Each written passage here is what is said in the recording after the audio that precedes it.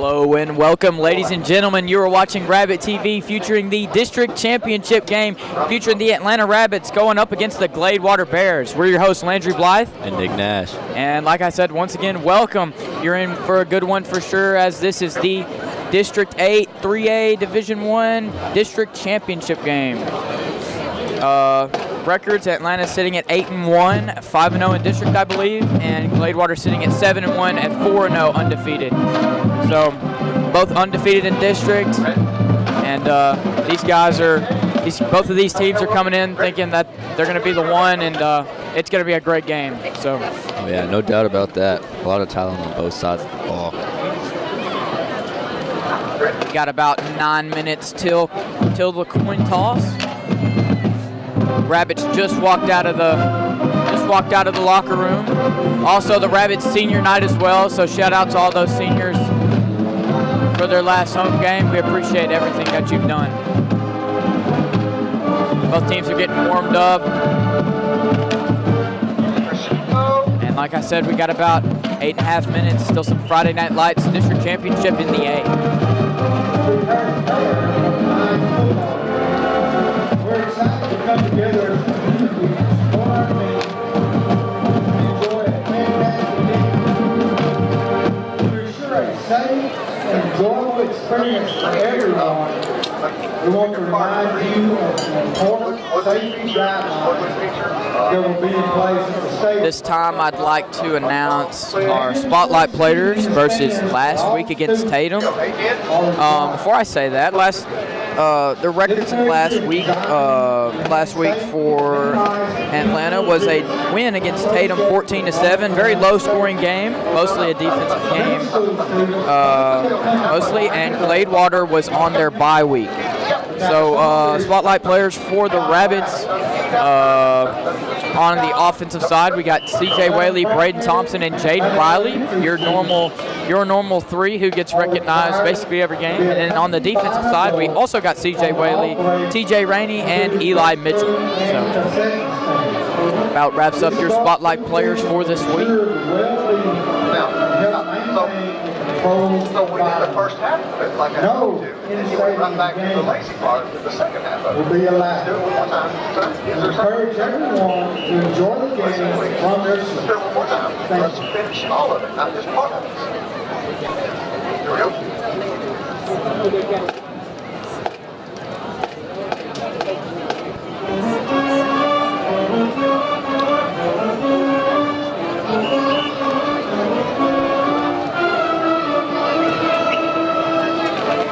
Looks like the Gladewater cheer squad is outside the tunnel. Look like they're ready to run out.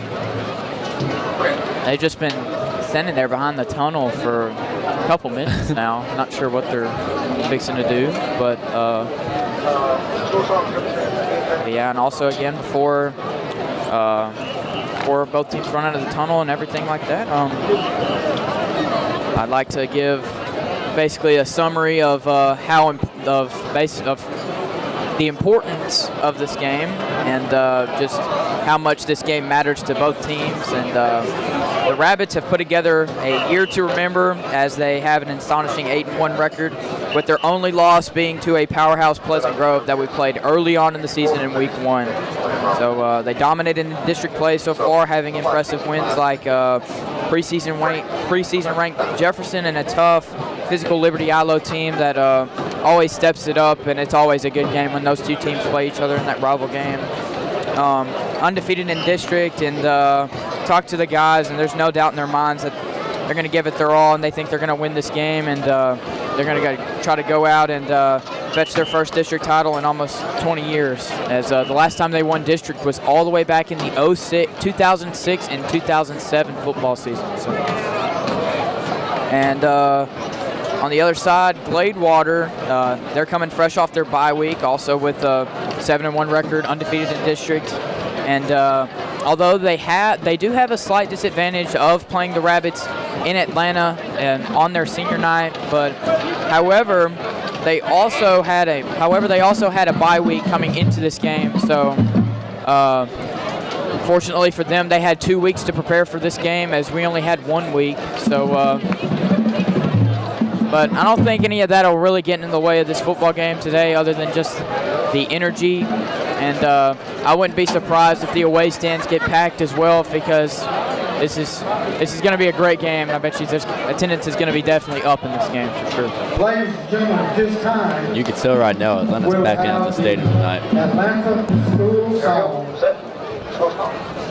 played by About 4.5 minutes till the coin toss. Ready, Lane. Here we go. 5, 6, 7.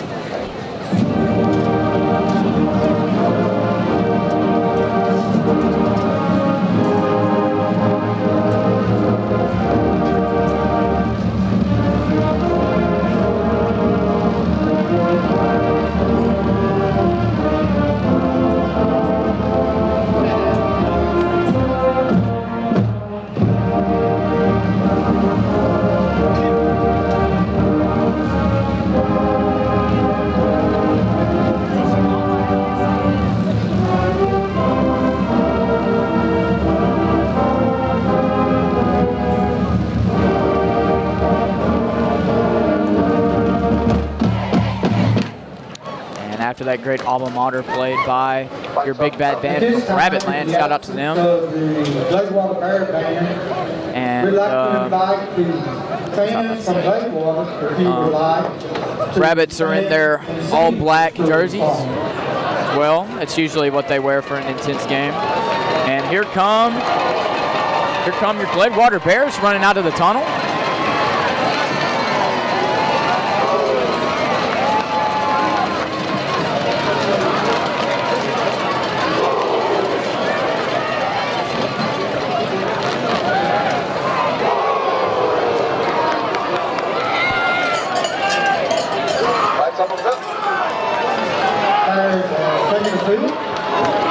At this time, you will see the Atlanta Elementary School 5th grade class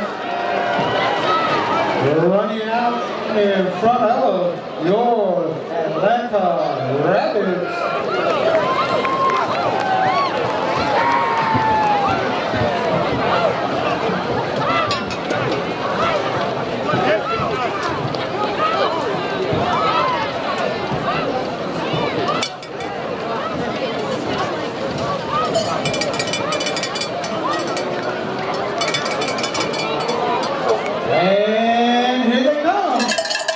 Come the 5th grade class with the Rabbits, and also right behind them, here comes your Rabbits running out of the tunnel. Liam McKinney leading the front like he always does, and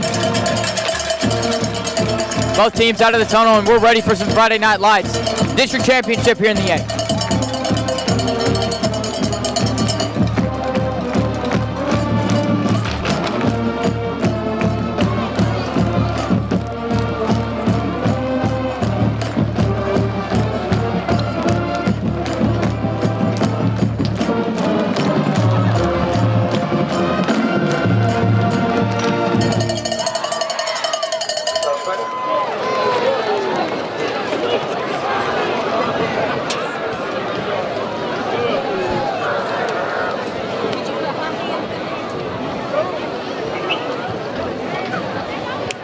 You left the phone in the ladies' restroom Watch it, listen. on the home side.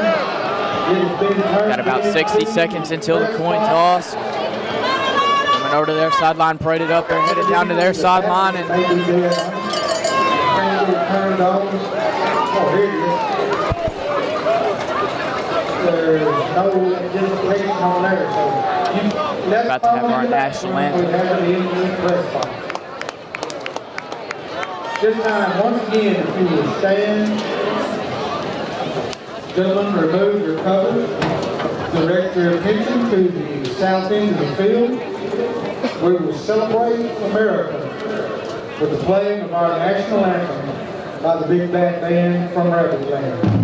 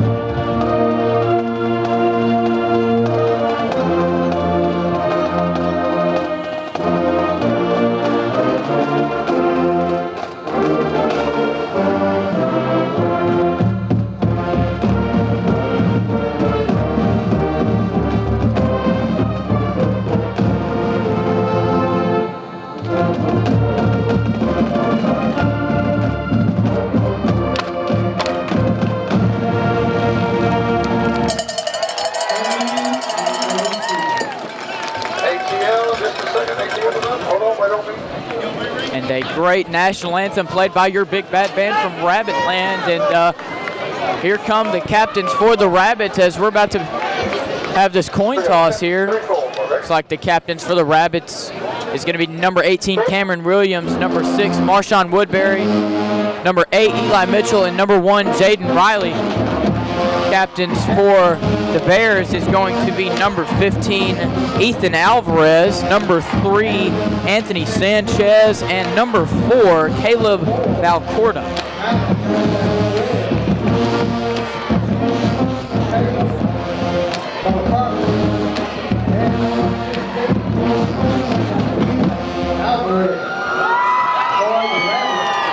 Number 1, Jaden Riley.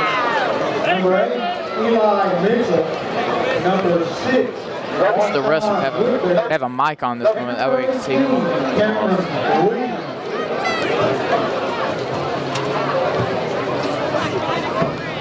First up, first up.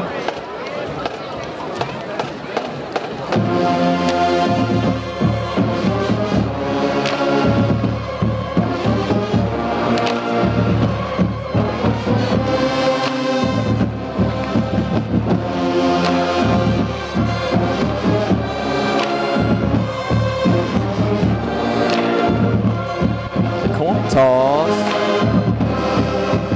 And it looks like Gladewater. And it looks like Gladewater has won the toss.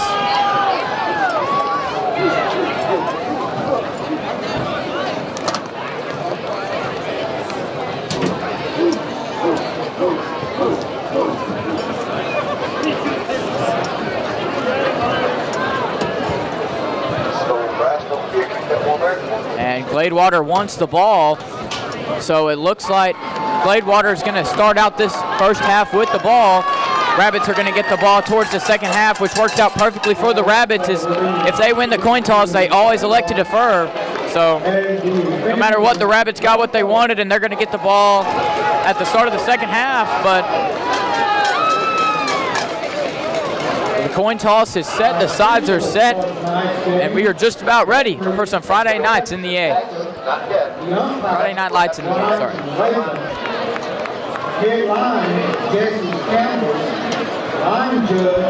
Got CJ Whaley to kick off. Setting up the tee and everything. What do you think he's going to try to do here? Try to kick it alongside the 10, or do you think he's just going to boot this thing back in the end zone? I think he's just going to boot it back in the end zone. But either way, don't hurt. Pin him back deep.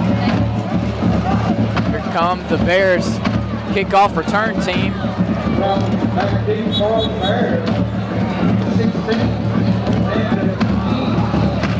Here come your Rabbits kickoff team. Both sides hyped up and ready for some high school football. Both very energetic. It's going to be a good game tonight. Indeed it is. CJ Whaley taking his steps back.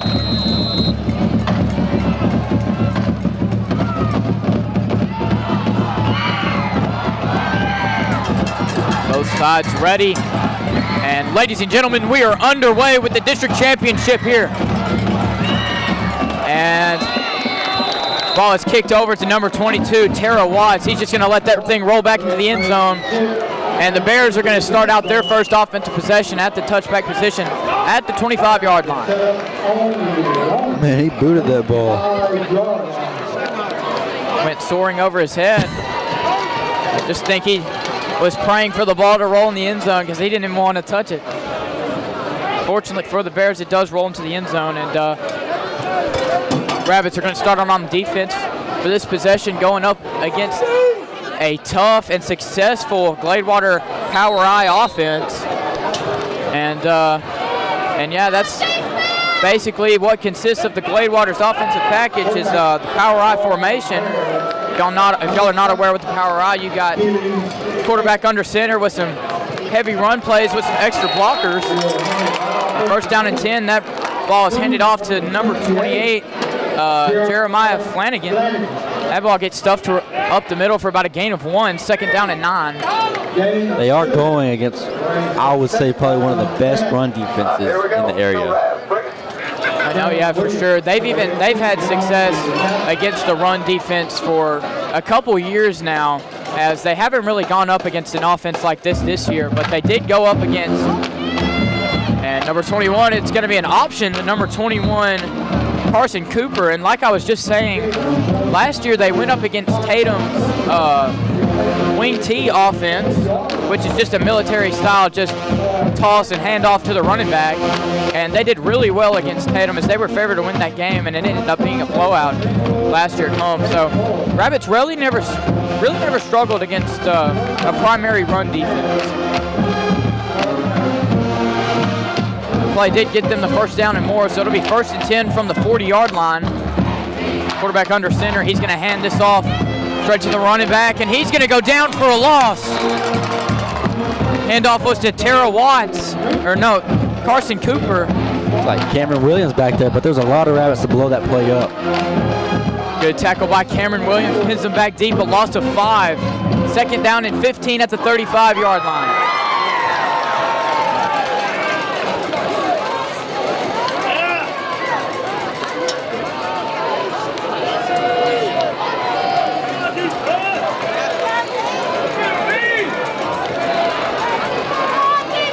Here we go, 2nd down and 15. Going to go with another handoff, right side. Carson Cooper, and that's going to get a small gain. Gets him about at the line of gain, 3rd and 10. 5 yards, 3rd down and 10.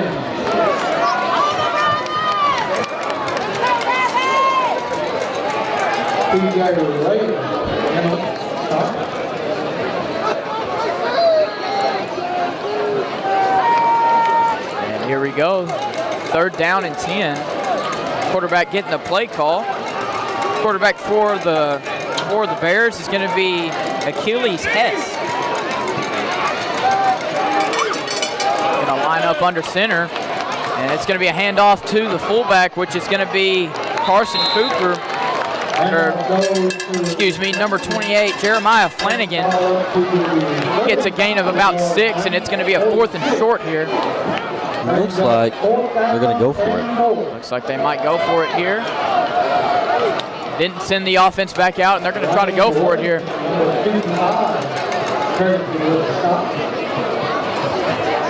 Looks like they're about 4 yards out from the first down. 4th and manageable for sure. Got 6 yards on that play, so. I can see them punching up right up the gut right here. Rabbits know and almost know exactly what's coming. Also got to watch out for those check down passes that they like to do. Going to hand it off to the fullback again, and it is stuffed. I believe that is Cameron Williams with the stop. And the Gladewater's first offensive possession results in a turnover, as the Rabbits offense will take over here, and they managed to stop them early here. 8 minutes and 38 seconds left to go in the first. That's that tough Atlanta defense we've been talking about. And like I said, for past couple years, really never struggled against the primary run defense. Haven't gone up against an offense quite like this, however, so far this season. As Tatum usually runs their wing T offense, but they got a new AD, kind of switched up the program. They had a huge switch over from a wing T to a spread. They're going to throw the screen pass to number 0, Caden Linwood. And that is going to be blown up for about a loss of 2 yards. It'll be 2nd down and 12.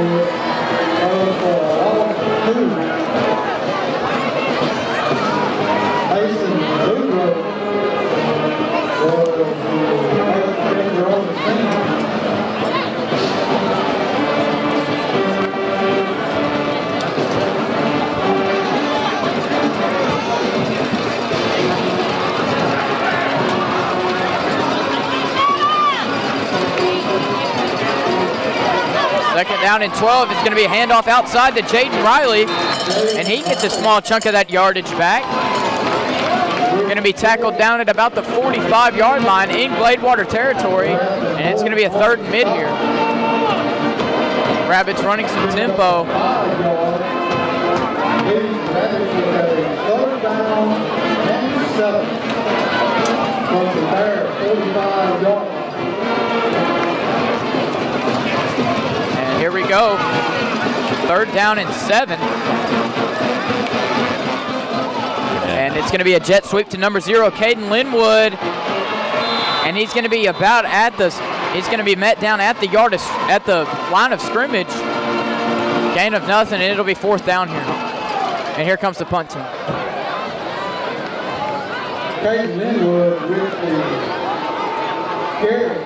Mason Boudreaux on the spot. No gain. Brings up a 4th down and 7.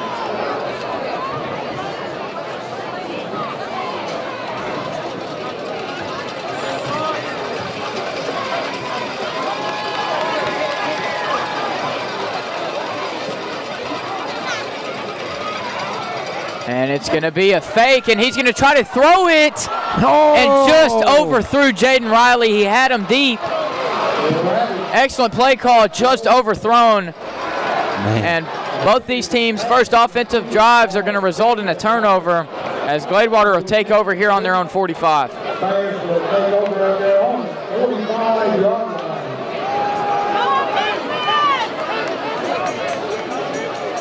Sent Caden Linwood back, and that was a pretty neat design. They were going to fake it. They were going to fake it to Caden Linwood, and then planned to throw it over to Jaden Riley. Had him, but just overthrew him.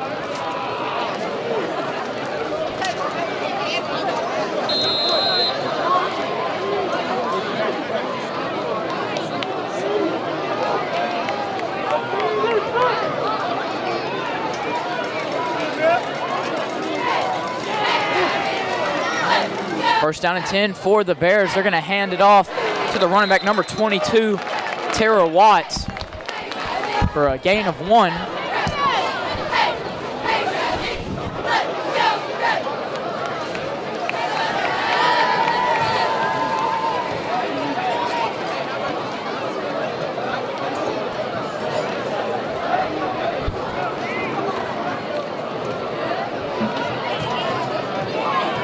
Go, 2nd down and 9. Quarterback under center. Hand off to the fullback, Jeremiah Flanagan. He's going to get another small gain. He's going to get out to about midfield, however. Looks like just to be a 3rd and 5 right here. Yep. Gain of 4, about a 3rd and manageable here for the Bears. Their last drive resulted in a 1st down and then a turnover on downs.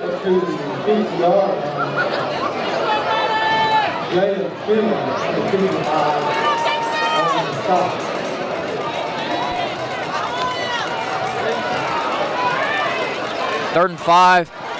They fake the handoff. Quarterback rolls to his right and tried to throw the check down pass to number 6, Jacoby Crosby. Just hit the ground before he hit his hands, and that's going to fall incomplete, leading us to about a 4th and 5 here at midfield. Jacoby Crosby is a defensive lineman and an O lineman, by the way. That's a big dude trying to catch the ball. Yeah, lineman with a single-digit number, too. Yeah, you never see that. They maybe have messed up with the position. It looks like he might be lined up at like a tight end or something, somewhere around there. It looks like he's a tight end. Here we go, 4th and 5. Timeout on Atlanta. Weren't in that power eye right there. Had the running back over to his left side. And it looks like Atlanta's going to use their first charge timeout. 15 minutes and 15 seconds left to go in the first quarter.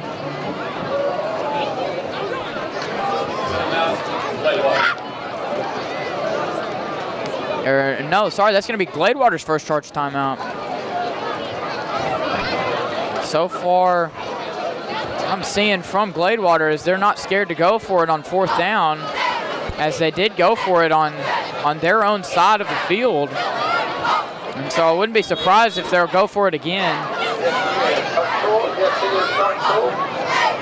It's like an old style, just heavy run offense and no punting.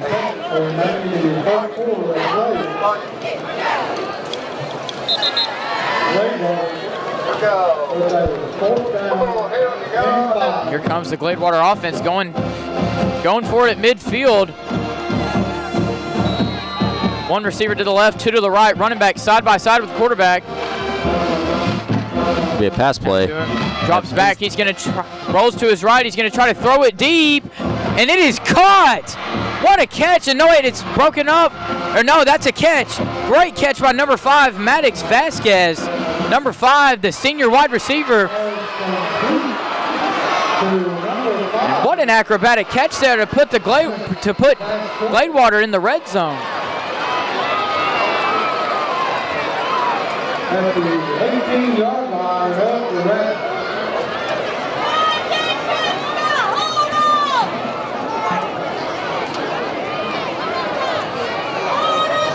Here we go, 1st and 10 on the Rabbits' 19-yard line. Back in that power I formation. Receiver over to the right, he's gonna fake the handoff, drop back, and he's had number 0 at the corner of the end zone just off the mark, and it was caught out of bounds. And he was wide open, not a single person around him but his own teammate. Yeah, looked like a little bit of a busted coverage there, but fortunately for the Rabbits defense, the throw was just off. Had him wide open in the corner of the end zone here.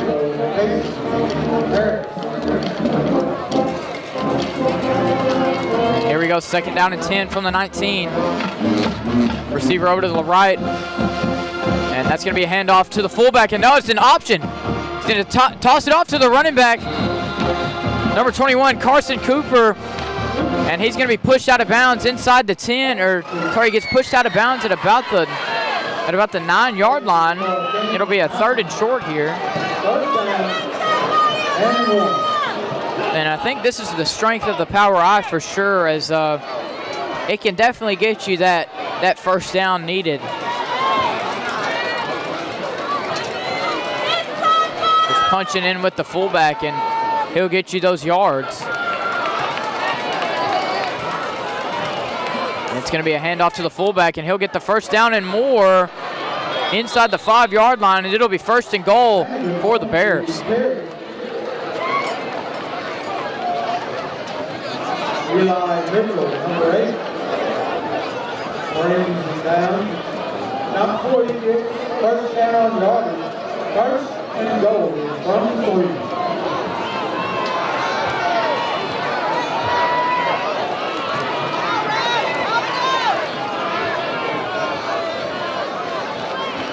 Here we go, 1st and goal at about the 3-yard line. Hand off to the fullback, and he's going to walk into the end zone. Gladewater strikes first, 6-0.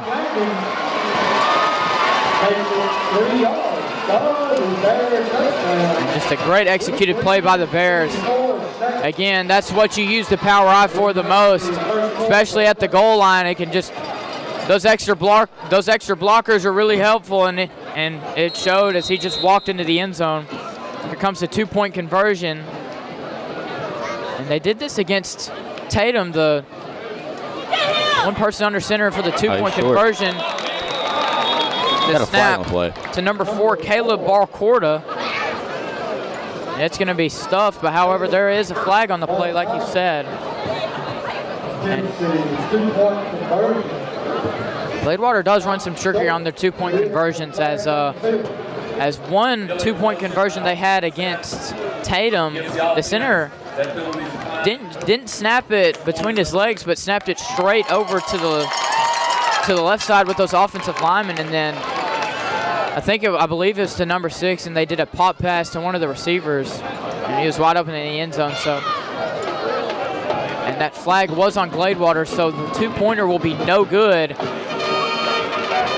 as it will still be a 1-possession game, 6-0 Gladewater, with 3 minutes and 54 seconds left in the 1st quarter. And we're going to go ahead and take a short commercial break here. You are watching Rabbit TV.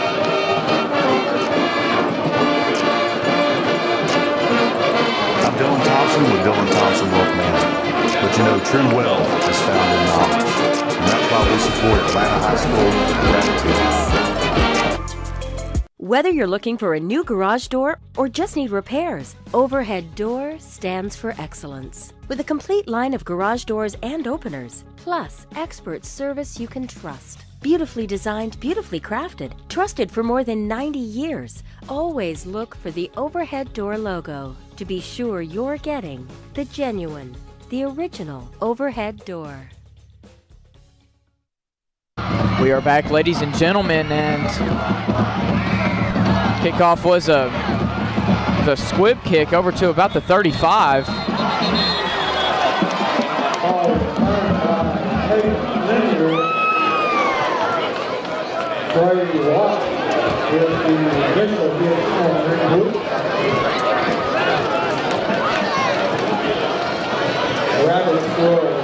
And the Rabbits will take over here.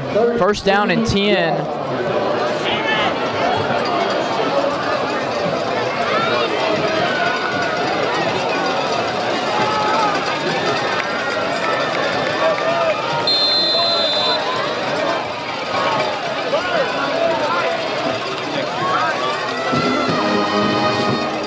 Here we go, first down and 10 for the Rabbits. Two receivers to the left, one to the right. Braden Thompson takes a snap, he's looking back to pass. He's just gonna throw the comeback route to number 11, Easton Patterson. Go just off the mark, and whoever was the catch, and it is from yardage.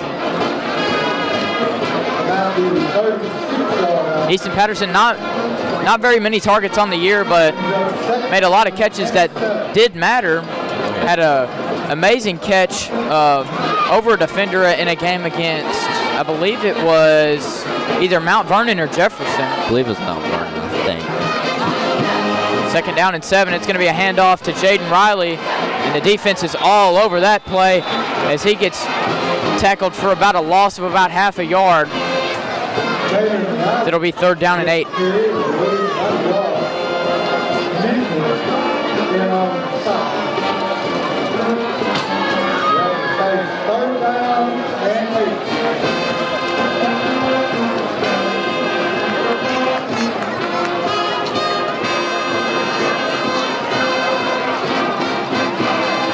Here we go, third and 8. Two receivers to the left, one to the right. Braden Thompson gets the snap. He's dropping back to pass. The line gets busted. They're going to throw the screen pass to number 1, Jaden Riley. That gets tackled. He gets some yardage, but not enough for the first down, and it's going to be a 4th and short at the 41. The Rabbits are keeping their offense on the field, and they're going to try to go for it here. Good play by Braden Thompson to get the ball off before the Bears defensive line got to him. That was a well-designed screenplay right there, though. And man, that Gladewater's defensive line shot out of a cannon there. Two receivers stacked to the right. You got Easton Patterson on an island on your left. Captain Braden Thompson's good. He's going to hand it off to Jaden Riley. Going to try to hit the hole. Oh, it looks like he's got it. Where they have a mark. Maybe not. And nope, he gets only about half a yard on that play. And it is going to be 2 drives, 2 turnovers for the Rabbits. As Gladewater's going to take over on their side of the ball. And what a play by this Gladewater defense here. As they've stuffed the run. Got a great run defense, and so does the Rabbits as well.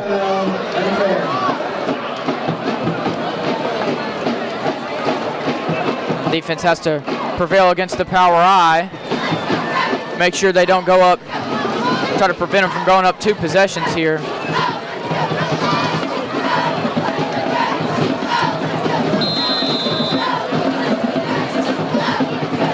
Here we go, first down and 10 at the 38-yard line, or at the 42-yard line. Handoff up the middle to Jeremiah Flanagan. About a gain of 3 yards, second down and 7.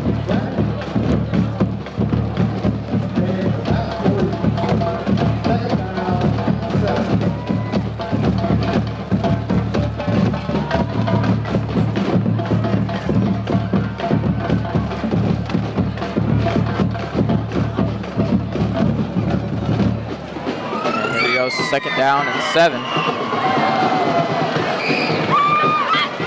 He's going to hand it off to Flanagan. He tosses it back to number 2, Trey Watts. A good play call, but however, the defense was all over it as they tackle him for a loss of about a yard, and it's going to be a 3rd and mid here at the 40. That was great defense right there, having a guy sit on him right there after they've done it to him. So what a good adjustment by the defense. And a great play to stop the offense. And this game definitely shows who. This game is definitely showing why these two teams are best in the district for sure.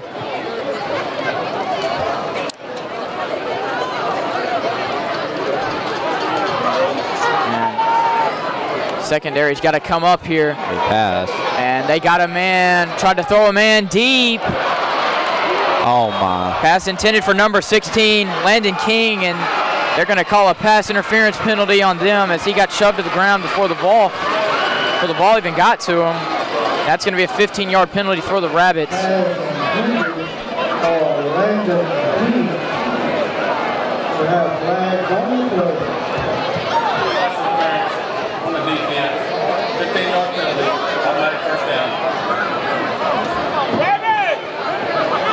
And yep, they're going to move the chains up 15 yards. A brutal penalty for the Rabbits, and it's the first penalty of the game.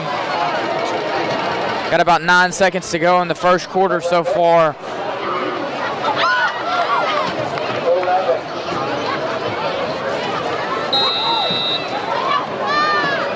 And this may or may not be the last play of the first quarter here.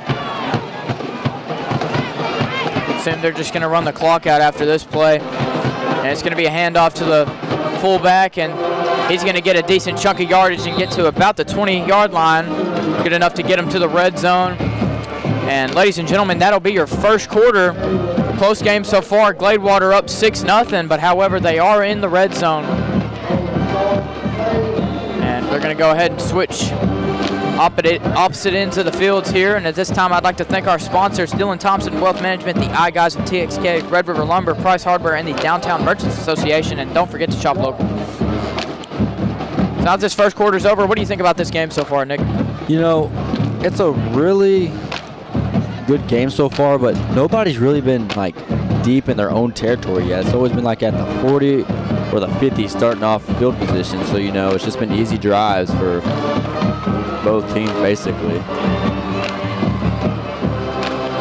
And yep, my takeaway from this first quarter is Rabbits offense got to pick it up. The defense cannot be out there for most of this game here, as eventually the defense can't be out there the whole game because any team will get worn out and tired if you're on the field for that long. So. Oh yeah, no doubt. I mean, you can't have 3 and outs consistently either. So, but I do see a change in that coming soon. And yeah, and it hasn't even been 3 and outs for the Rabbits. It's been 2 drives, 2 turnovers on downs as they failed to convert. Yep. Failed to convert on 4th down on that fake punt, and then failed to convert on 4th down on their own side of the field. And Gladewater took over a very good field position, and they're punching the ball down the red zone off of a brutal pass interference call. So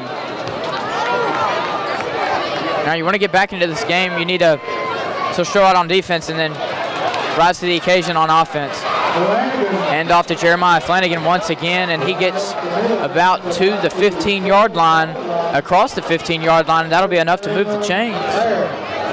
First down and more for the Bears. Rabbits running some tempo, and then off to Flanagan again. This time he doesn't get a lot of yardage. And just the power eye under center, you're most likely getting the ball at about already at the line of scrimmage, so it's like guaranteed a few extra yards, and depending on the player, even more. So. Oh yeah. And Flanagan looks like a big dude. He looks like he can have some yards after contact and get some extra yards, and that is dangerous, especially as they're inside the 10.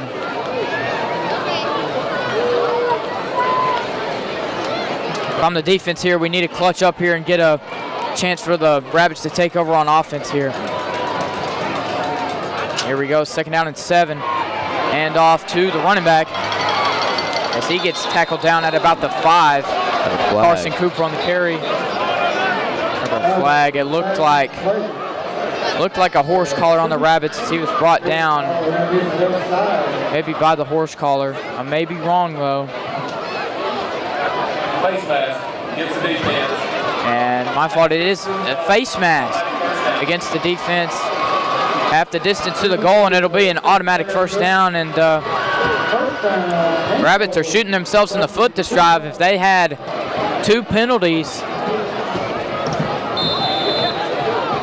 Yeah, in critical games like this, you really you can't afford to hurt yourself in these type of ways. And you can't have those penalties either, especially for a district championship game. Anyways, here we go. First down and goal. Hand off to the fullback, and he is going to punch this thing into the end zone here. And Gladewater is going to take a 2-possession lead earlier on in the first half.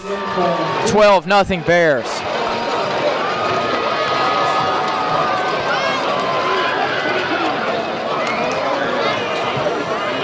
Looks like they're bringing out the PAT here.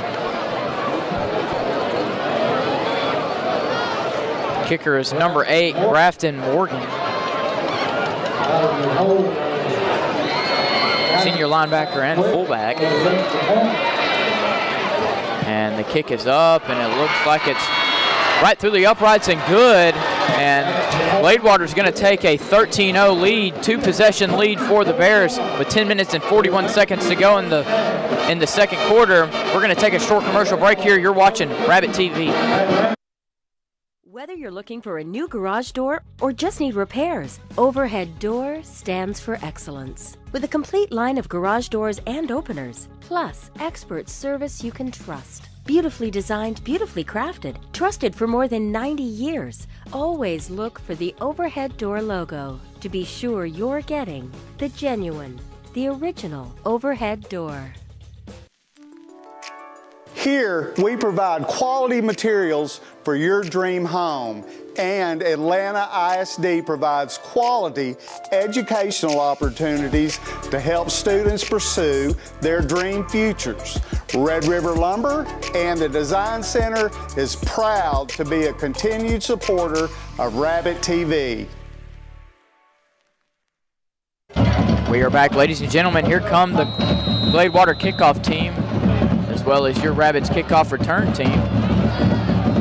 Once again, it's going to be number 8, Grafton Morgan, to kick off, and it's going to be another squib kick caught by Caden Linwood at about the 25. Kickoff is there. He has a hole, though. Got out across the 30 before he's brought down by a pack of Bears. The Rabbits are going to get decent field position to start out their third offensive possession. What I'm noticing about Gladewater, they like to tackle high. So if there's anything you could build around that, I mean, that's what you got to do.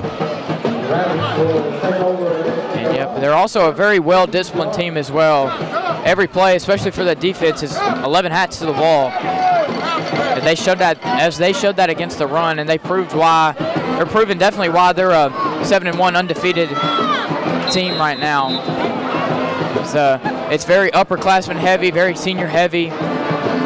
Definitely have some, definitely played a couple years together, have some experience together. They're going to throw it deep to C.J. Whaley, and it is caught across the 35-yard line. C.J. Whaley with a clutch conversion deep. It'll be first down and more at about the 32-yard line. What a catch by C.J. Whaley. As I've been watching, I can start to tell that Atlanta needs to stick to the pass against Gladewater. They got a really strong defensive line.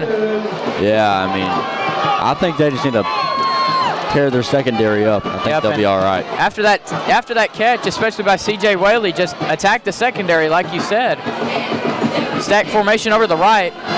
Fake handoff. Braden Thompson's going to roll to his left, and he's going to take it for himself. He's going to go out of bounds at about the 30.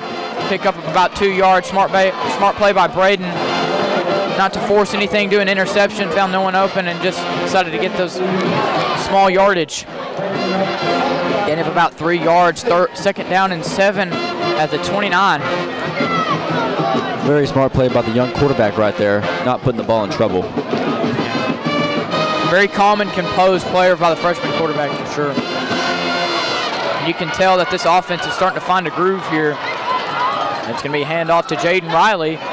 There you go. He makes a cut inside gets almost to the 26, or about to 25. Tackle down at the 27 for a gain of 1. 3rd down and 4. Riley with the carry. Sheridan with the stop.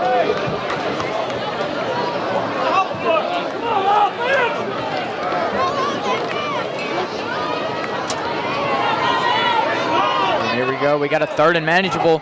2 receivers out to the right, 1 to the left. And send C.J. Whaley in motion over towards that left side. Braden Thompson's going to get the snap. Play action to Jaden Riley. He's going to try to throw it deep for C.J. Whaley. And they're going to get called for a PI. Looking for either the catch or the PI. And C.J. is going down here. This does not look good. Hopefully it's just a rolled ankle.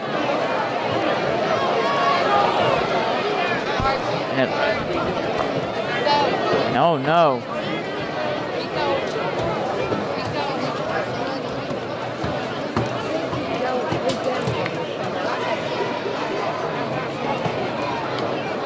15-yard penalty nonetheless. Automatic 1st down. On the defense, 15-yard penalty, automatic 1st down. And C.J. Whaley looks to be good, and he's running back out on the field. And it looks like he's grabbing his shoulder, his arm. Looks to be maybe winded, but he looks good.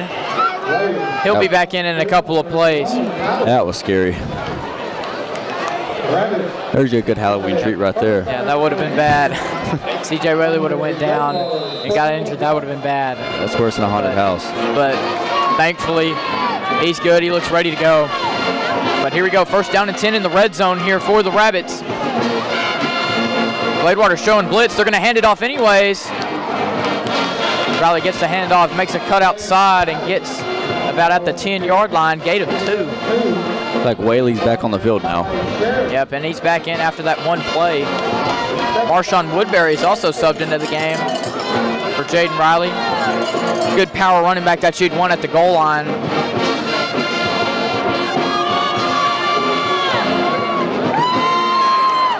And here we go. 1 receiver over to the left, 1 to the right. And fakes the toss to Marshawn. Tried to throw it deep into double coverage.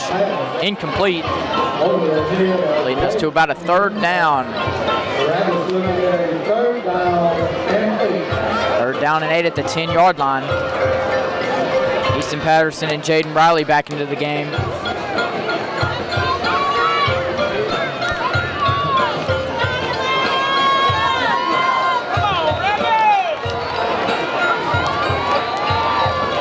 Receiver to the left, 1 to the right.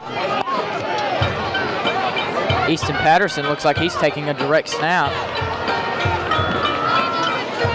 Or no, never mind, that's Braden Thompson, sorry. Oh my. Pass was intended for Jaden Riley and it fell incomplete.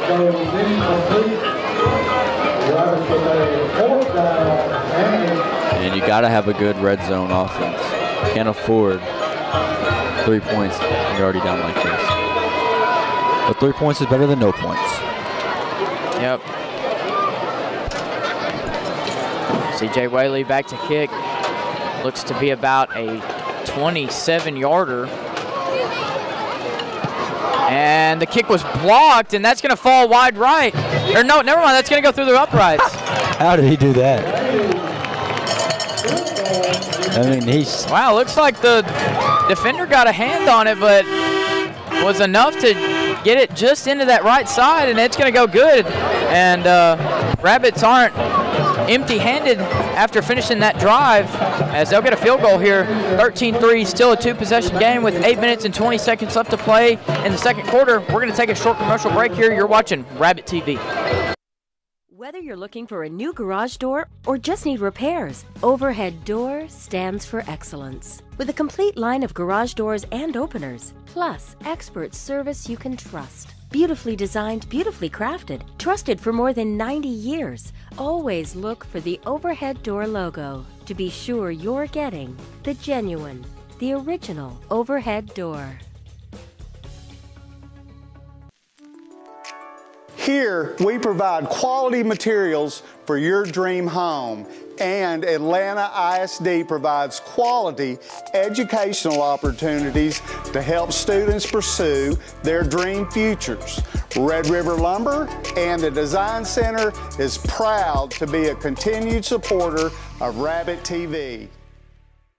And we are back. Here comes the Rabbits kickoff team as well as Gladewater's kickoff return team. CJ Whaley back to kick. And underway, kick is up. It's going to be caught by number 16, Landon King, and he's going to get a good return here out across the 40. He's crossing midfield and finally gets tackled by the kicker, CJ Whaley, but not before they start their offensive possession in the Rabbits territory. We do have a flag on the field, though. Flag was thrown at, Looks like about the 25, 26 right there.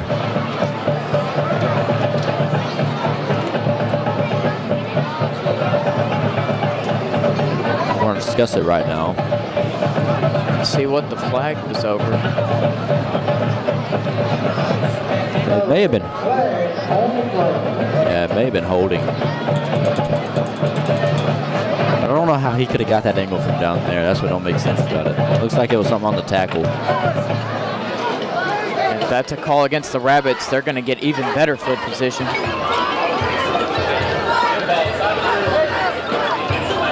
And it is a flag on the defenses.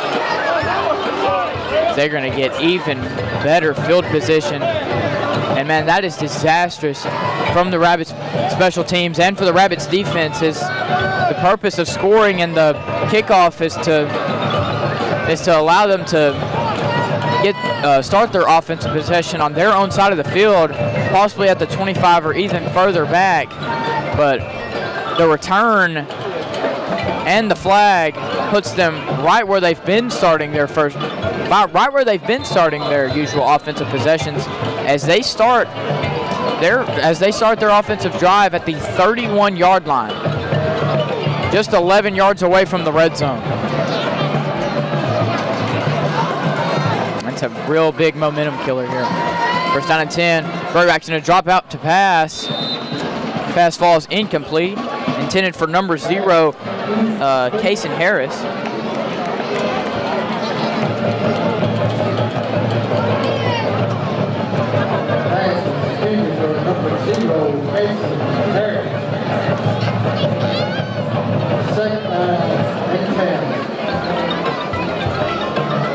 Second down and 10 at the 31.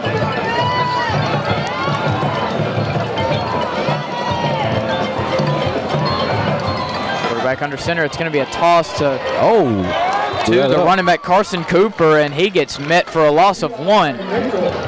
Great tackle by number 8, Eli Mitchell, senior linebacker and one of the defensive team captains for the Rabbits.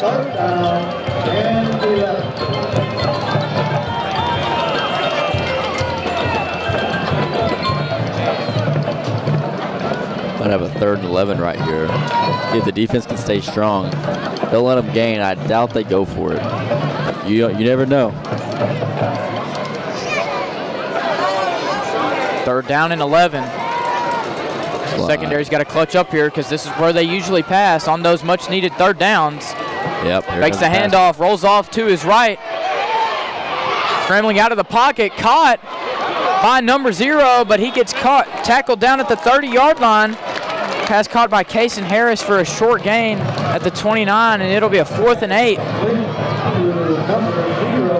Gladewater's been going for it on 4th down and really have nothing to gain because if they do not convert, Rabbits are going to start their possession at the 30 or further back, depending on if they don't convert it and how many yards they get.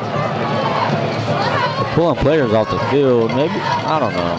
They're still huddled up, so I doubt they're coming. Yep, and here comes the quarterback, and yeah, they're going to go for it here. Really have nothing to lose as they're on the Rabbits' 29-yard line. And if they end up not getting it, most likely they're gonna they're starting the ball deep in take their a own timeout. territory, and they've been struggling on offense. And Gladewater's going to use their second charge timeout with 6 minutes and 28 seconds to go in the half.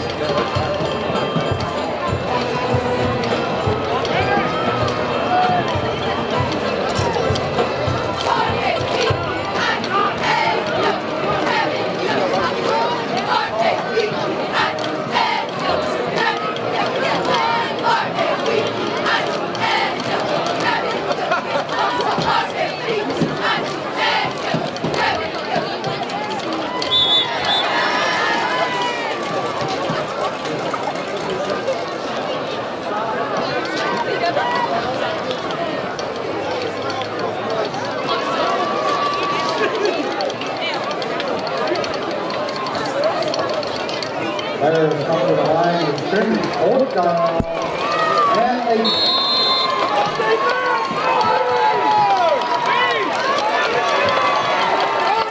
And here we go, 4th and 8. Quarterback's going to drop to pass. Going to try to scramble it up the middle and tackle down at the 30 by Ian Riojas. Oh my gosh, that was such a good sack. And a much-needed stop by the Rabbits defense here. And he is a unit out there on the defensive line. I mean, it's a matter of time until he starts getting people looking at him. And one of the underclassmen, too, only a sophomore. Also started his freshman year, but however, suffered an injury earlier on week 1 against Pleasant Grove, I believe. And here come your Rabbits offense. Big momentum shifter here as they had a groove last possession, but just couldn't convert in the red zone. Look to keep this groove going on offense here. 1st down and 10 at the 31. We're going to send Caden Linwood in motion, fakes the jet sweep. He's going to try to throw it to maybe the fullback Liam McKinney, or just tried to throw it out of bounds. He's just getting rid of that one. Scrambled out of the pocket too, so it won't be called for an intentional grounding either. Brings up 2nd down and 10.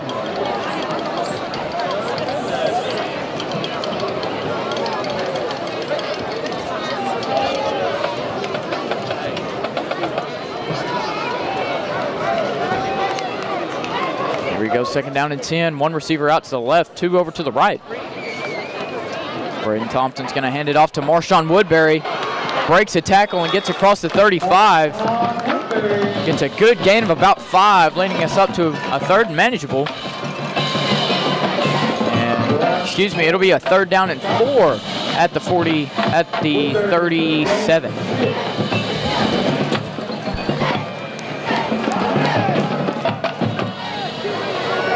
Thompson's getting the play call. And nothing special about the Gladewater's defense or defensive package. Kind of the same thing the Rabbits have been going up against all year. Going to hand off Jaden Riley, and he has a hole, and they aren't going to catch him. Jaden Riley's going to walk into the end zone here. Touchdown, Rabbits. Oh, that dude's fast. Your Air Force commit right there. That dude's fast. Shot out of a cannon. And the Rabbits are only going to be down 1 possession here, 9-3. 5 minutes and 31 seconds left to go in the first half. Once he gets an open space, there's just no catching him, man. Jaden Riley finds a hole. Might as well just pack it up because he's going to be in that end zone. I loved how he was patient at first, too. I mean, that was just a great run. Got that running back vision for sure. BAT up and good right through the uprights. Same defender, number 2, Destin Schraden.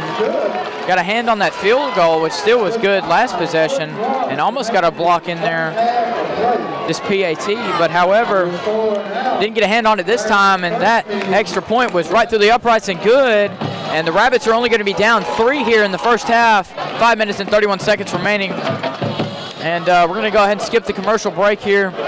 But we will recognize our sponsors, Dylan Thompson Wealth Management, the iGuys of TXK, Red River Lumber, Price Hardware, and the Downtown Merchants Association. And don't forget to shop local.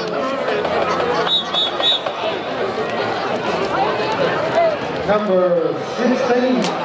Gladewater's kickoff return team is good to go, or as they're out there early. Eddie Rayleigh setting up his kicking tee. Here comes the kickoff team for the Rabbits. And, man, they're hyped up after that house call by Jaden Riley.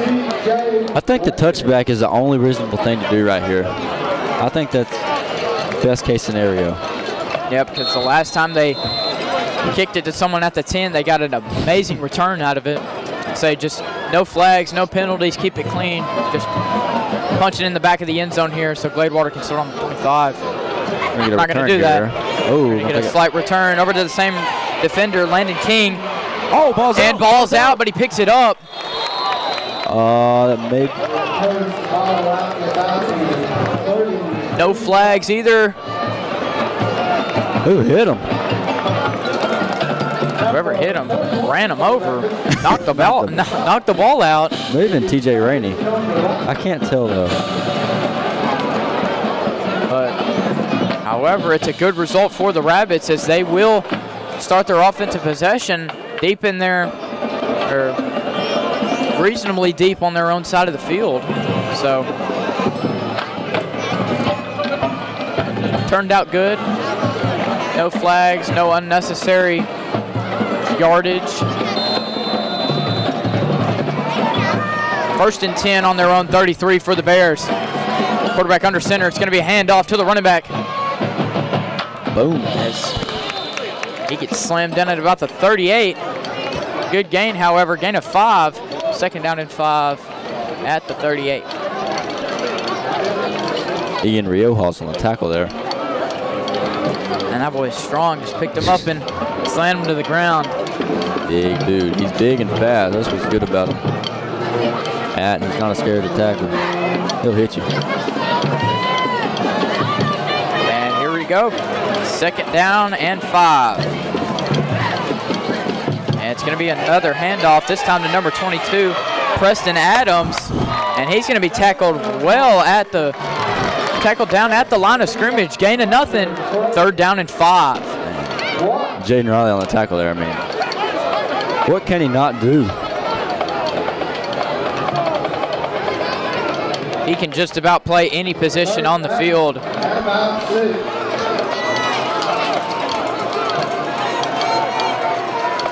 Using him here on defense early.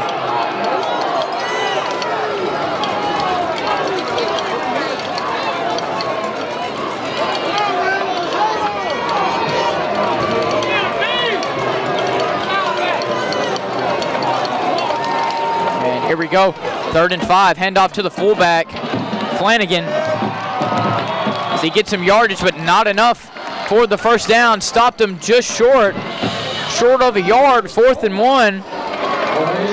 And once again, they're going to go for it here. Gone for it on every 4th down. And so far they are, I believe, 2 and 4 on their 4th down conversions. Like Flanagan will be out on this drive. His helmet came off. Either 2 and 4 or 2 and 3. Or no, sorry, either 2 and 4 or 1 and 3. Sorry, not sure which offensive possession they're on, but however, 4th down. They're gonna blow it dead. Looks like it's gonna be a timeout. And Atlanta's gonna use their first charge timeout. 2 left to go. 3 minutes and 31 seconds left to go in the first half. Gladewater still has their 1 timeout left. Not surprised if they're to stick with the power. I'm not surprised if they're going to try to chew clock here and try to be the last person to be in possession here. Try to run out the clock, score, and not give Atlanta any clock for them to try to do something. Best possible outcome for the Bears when it comes to clock management.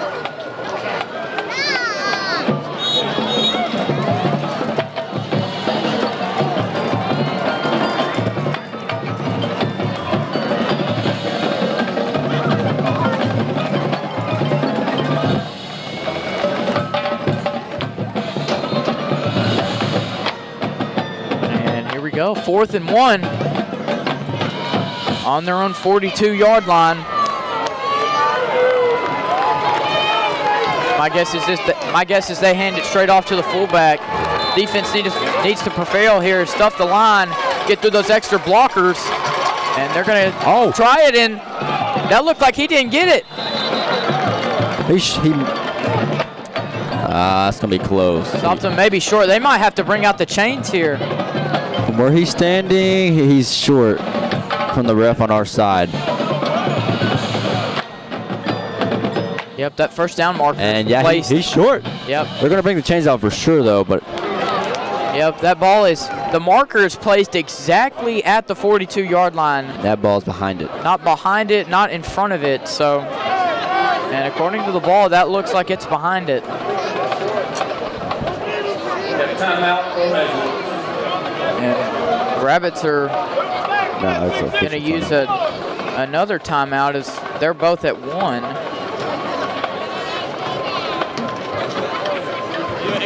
Announcer said timeout Atlanta, but I'm not sure. I think they're just bringing the chains out. And yeah, that's short. And he's short. Let's go.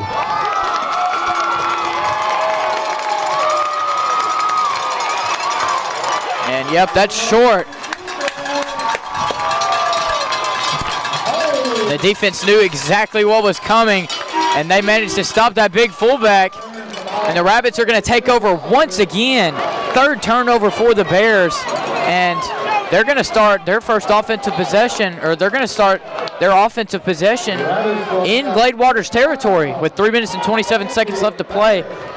Plenty of time to punch it into the end zone and run out some clock. Oh, yeah.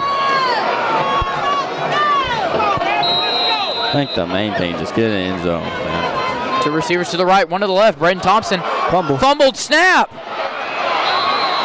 Gladewater's on top of it, and they're going to take this ball right back. Fumbled the handoff to Jaden Riley, and it fell into the hands of one of the Gladewater's defensive linemen. And oh my goodness.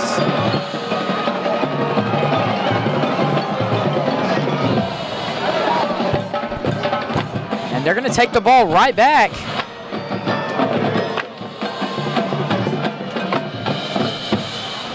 Well, that's not how we planned that. Yep, they might have had the ball for, I think, maybe a half a second. Or they gave it right back up.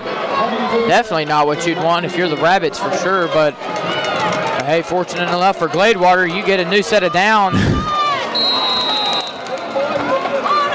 So this defense holds up this drive. And hand off to the fullback here. Got to get him about 2 or 3 yards. 2nd down.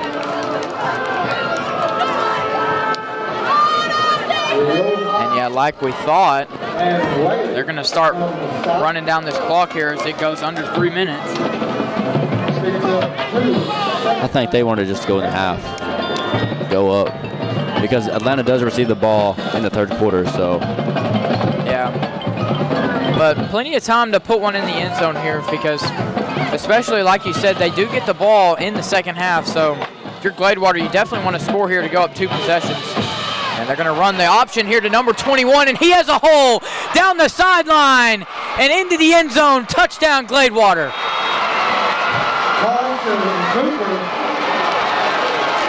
And great play call by Gladewater. Just ran that option there from the power eye. And Gladewater goes right back up 2 possessions, 2.5 minutes to play in the 1st half. However, they scored pretty quick. They still have 2.5 minutes left. Depending on where they get the ball, they still have a chance to try to put one in the end zone. I mean, biggest thing right here is 3 points would be very great for Atlanta. Yeah, you go back down 1 possession for sure, and you get the ball to start off the 2nd half. PAT was right through the uprights and good. 2 minutes and 33 seconds left to play in the 1st half. We're going to take a short commercial break here. You're watching Rabbit TV.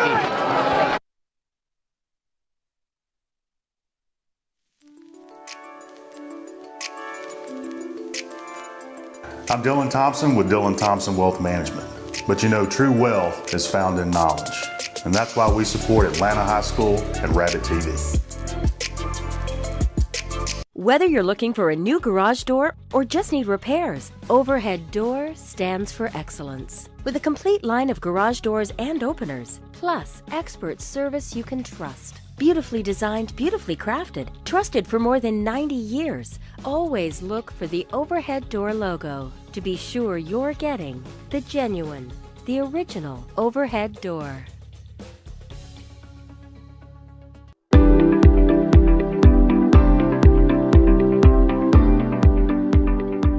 Ray Harp Jewelers has been a part of our community since 1953. Today, we offer beautiful... And we are back.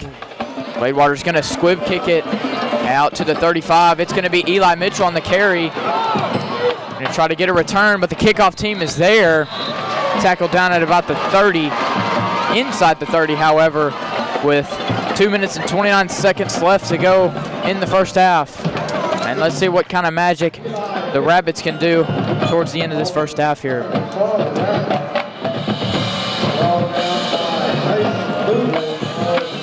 They've gone the whole distance of the field in way less time than 2.5 minutes, so it's definitely possible for the Rabbits to punch one in the end zone.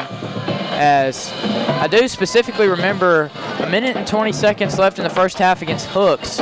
They got the ball at about the 25, and they managed to go 75 yards in, I think, under 60 seconds. So definitely possible and in reach for the Rabbits to put one in the end zone.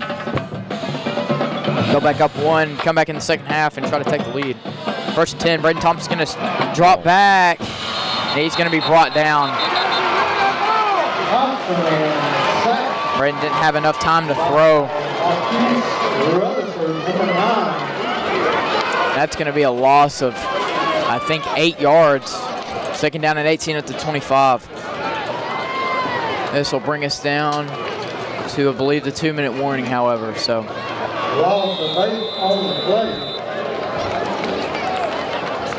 And that's definitely not what you want. Kind of shooting yourself in the foot here. Oh, yeah. You know, that play looks like he could have hit Easton Patterson, but it looked like he was waiting for Whaley's route to develop. He just didn't have time for that route. Yeah. Trying to look at that, trying to find CJ for a big connection and try to have those high energy momentum switcher plays. A big conversion would be good. A conversion of about like 20 yards or more would be perfect. That way you have some more breathing room, more time to just go a shorter distance.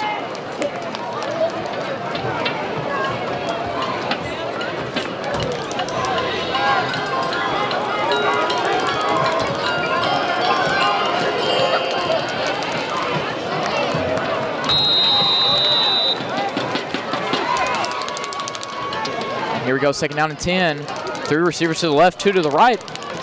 Braden Thompson's going to drop back to pass. And tried to float one over the middle to C.J. Whaley. Broken up and incomplete. Leading us down to a 3rd and long.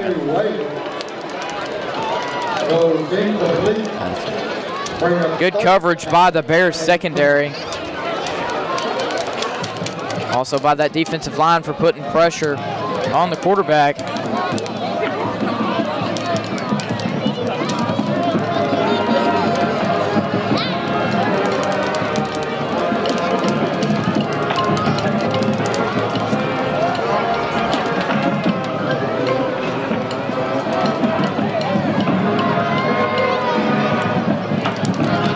To the left and right. Braden Thompson's going to drop back to pass and almost completed one over to the fullback.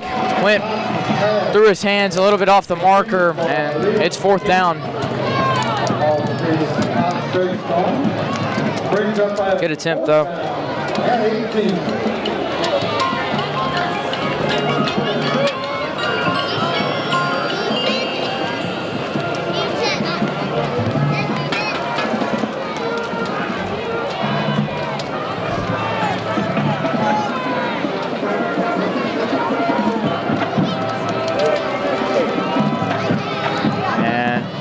Whaley, the punter, and takes a takes a decent roll, but not a very good one. However, Gladewater's going to get the ball back on offense about the 37. So, or at the 36. They're going to spot him shy of the 36. So, decent field position for Gladewater, but I guess also good for the defense as you don't have to start your possession on defense all the way, like almost in the red zone. So, a minute and 37 seconds left.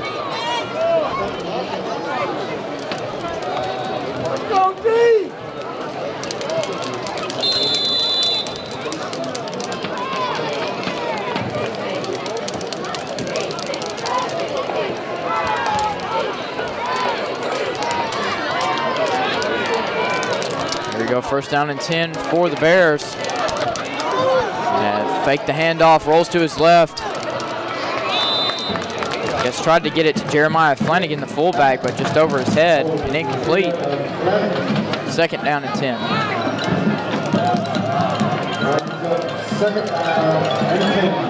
Gladewater slowly running some more, slowly slinging the rock just a little bit more, especially towards the end of this half.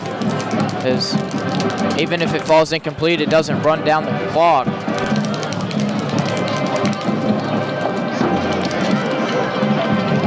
Play clock winding down under 10 seconds. Second down and 10. And this time it's going to be a handoff to number 21, the running back, Carson Cooper. And gets a gain of nothing. Good play over by the defense. And it's going to be a timeout. And a timeout by Atlanta. Looks like they're going to try to force them to get out of here so they can get the ball back. Yep, trying to preserve the clock. Rabbits are hoping to get a stop here on third down. And knowing the Bears, they might go for it on fourth as well. They haven't been scared to do so. So hopefully they're trying to get the ball back with some time left over on just a regular field position, or if they get a turnover in Gladewater's territory. Minute 23 seconds left in the second quarter.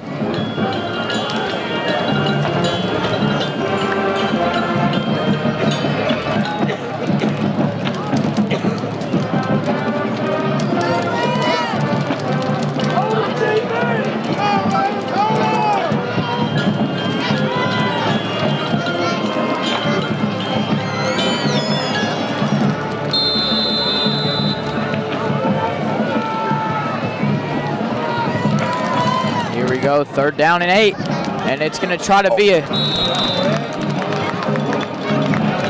just a go ball to the tight end, number 6, Jacoby Crosby, and it falls incomplete. Fourth down and 8. Subbing some players out, and may not be seeing the first punt by Gladewater this game. Wow. Go for it, Bears! Morgan. That gives Atlanta's offense a minute and 20 seconds to go down the field and score, which puts them in a good situation for the third quarter.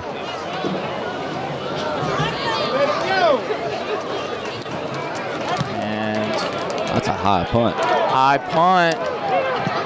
Rabbits are not going to touch it. Takes a bad roll as it rolls past the 35 and picked up at the 38.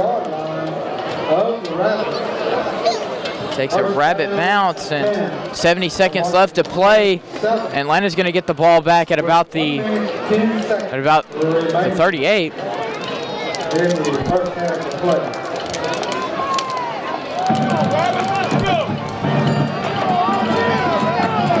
Need all positives on this drive right here.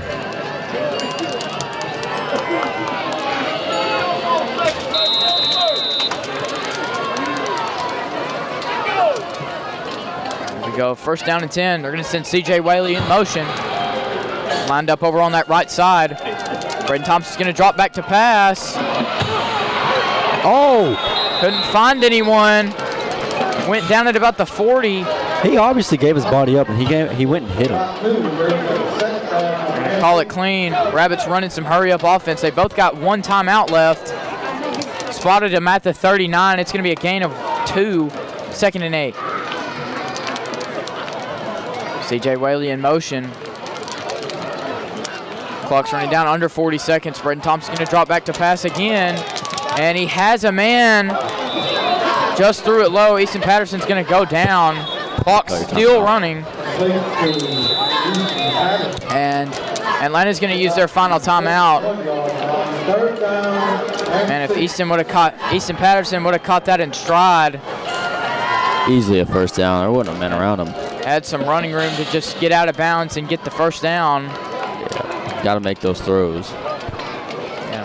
Throw a little bit off the mark, but Easton maybe could have caught it low.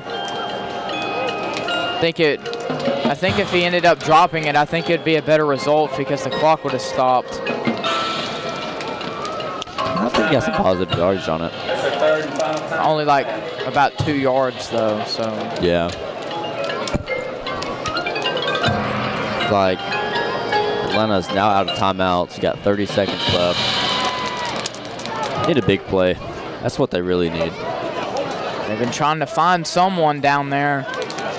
Lyons just has to block for maybe a half a second more and he'll be able to get the ball off. Let's see. There we go, 3rd down and 6. Braden Thompson's gonna get the snap. And number 34, Deion Patton, shot out of a cannon, went untouched and went right to the quarterback. And man, your job as an offensive lineman is to protect the quarterback, and you cannot let that happen. Rabbits are going to let the clock wind down, and I believe this is going to be the end of the first half here. Gladewater up 10 points. And yep, that'll be your halftime, folks. Gladewater 20, Atlanta 10. Rabbits get the ball to start off the second half, however. So, Rabbits still in this game. This game isn't over yet for sure. And yeah, that's about it for your first half analysis. We're going to take a short commercial break. Lead us to both bands playing at halftime and featuring the Big Bad Band from Rabbit Land. And yeah, we're going to take a short commercial break here. You're watching Rabbit TV. Cobblestone, open for 14 years, but now in a new location, where you can find fashionable ladies' clothes, beautiful jewelry to complete any outfit, and an all-new bridal registry available with much more to choose from. Stopping by with little ones? Check out our selection of unique children's gifts. Cobblestone, serving the Atlanta area with pride as we offer a great shopping experience.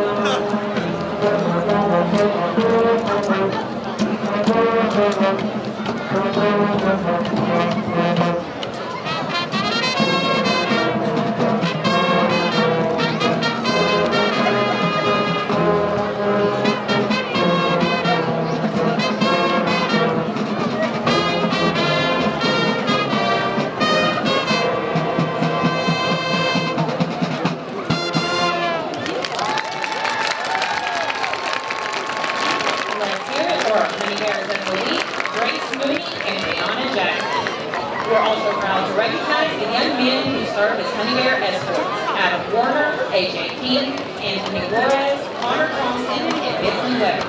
The team manager this year is Taylor Richardson. The Honey Bears would like to give a big thank you to this week's sponsor, CMB Bank in Gladewater.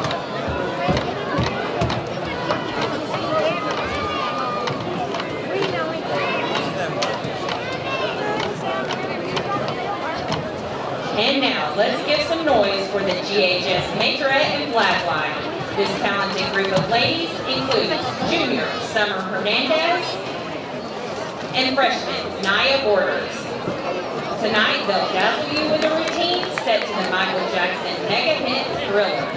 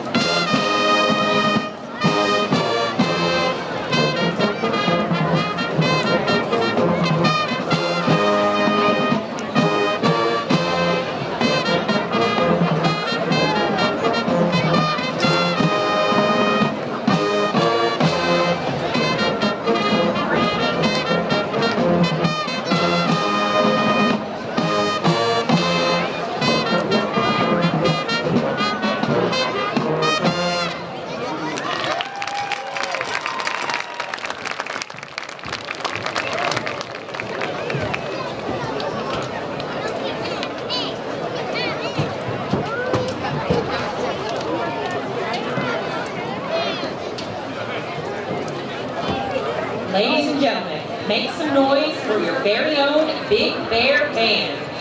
On Tuesday, the GHS Band took the field at Baylor's McLean Stadium for the UIL Military State Marching Contest, bringing home an impressive 7th place finish in the state. Tonight, the band continues your halftime entertainment with a traditional military-style marching drill featuring Proclamation Fanfare by Smith, Queen City March by Bourne, and Glorious America March by King.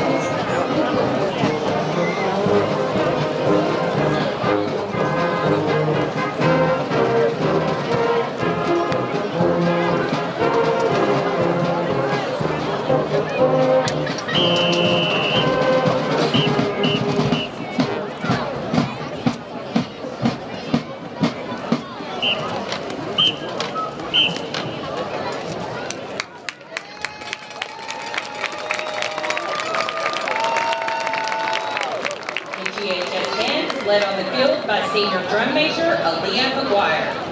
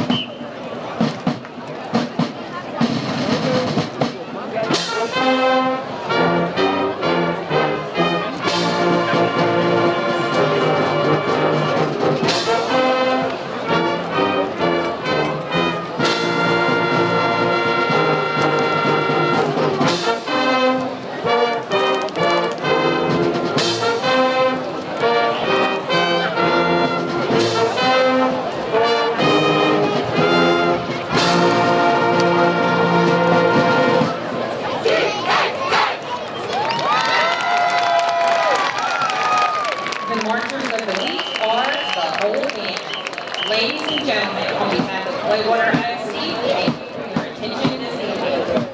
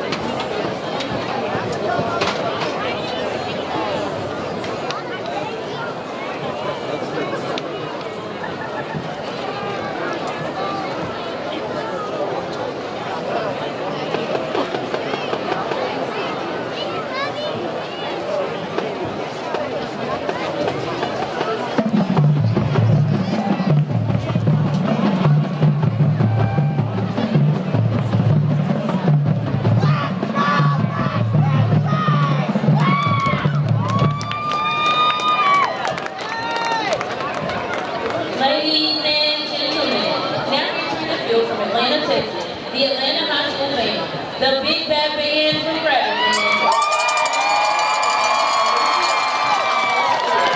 This week's first of the week are Jordan OK Lewis and Blake Wellborn. The upperclassmen of the week are Chase Wellborn and Napoleon Cook. The section of the week is the Low Reed. We would also like to announce the 2025 Band Vote and Band Speaker. This year's Band Vote is Mr. Dylan Big Deal Phillips. Ms. Riley Thompson. Tonight is a very special night. If you look out across the field, you'll see the white plumes and our drum majors wearing white sashes. Those band members wearing the white plumes are our band seniors, as this is their final home game performance as a culmination of 7 years of AISD band membership. Let's give them one last applause.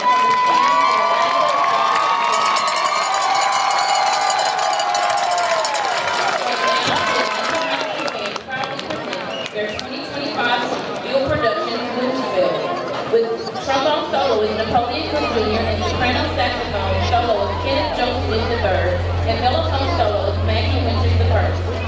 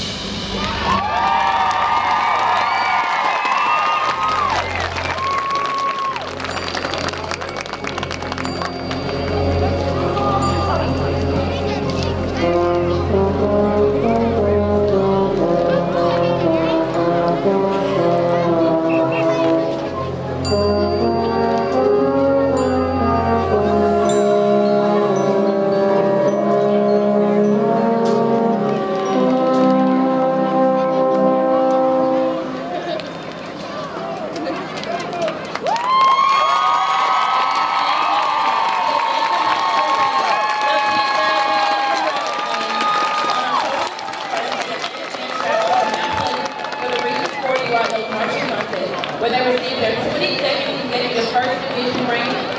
Tomorrow, they will travel to White House, Texas, to compete in the UIL Area C Marching Contest for an opportunity to qualify for the UIL State Marching Contest. The band is under the direction of Keith Sanders, David Thompson, Kristen Thompson, Hunter Hill, and Larry Brashear.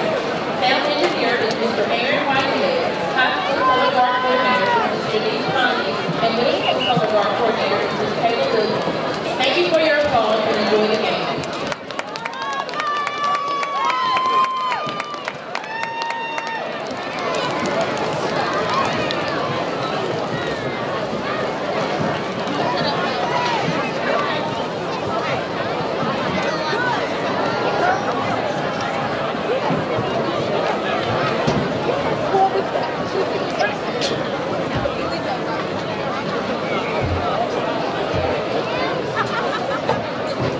Okay, I'll read the little ones from kindergarten through 5th grade that in costume tonight need to be down on the track.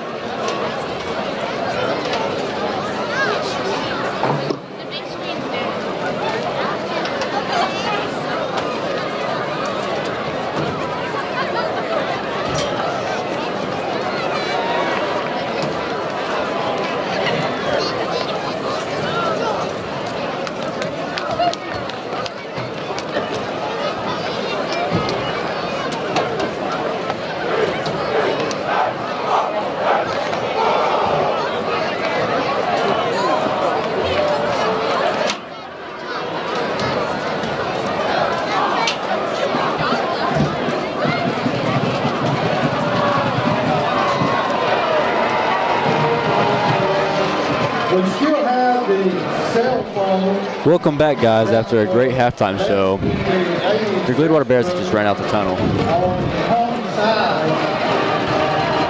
Yep, like Nick said, welcome to the district championship for this second half of football. Gladewater up 20-10.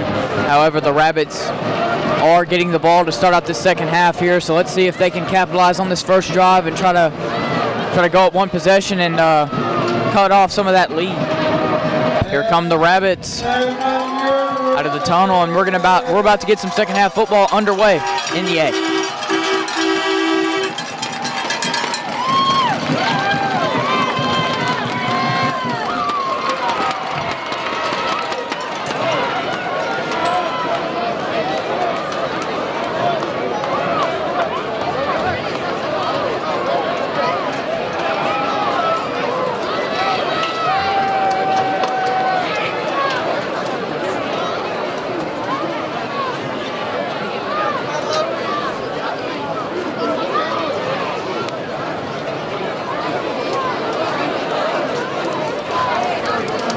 Comes Gladewater's kickoff team. You can expect a very short kick right here. That's what they've been doing this whole game, just a squib kick to the 40-yard line. Coach Mack giving them the words of encouragement, special teams coordinator.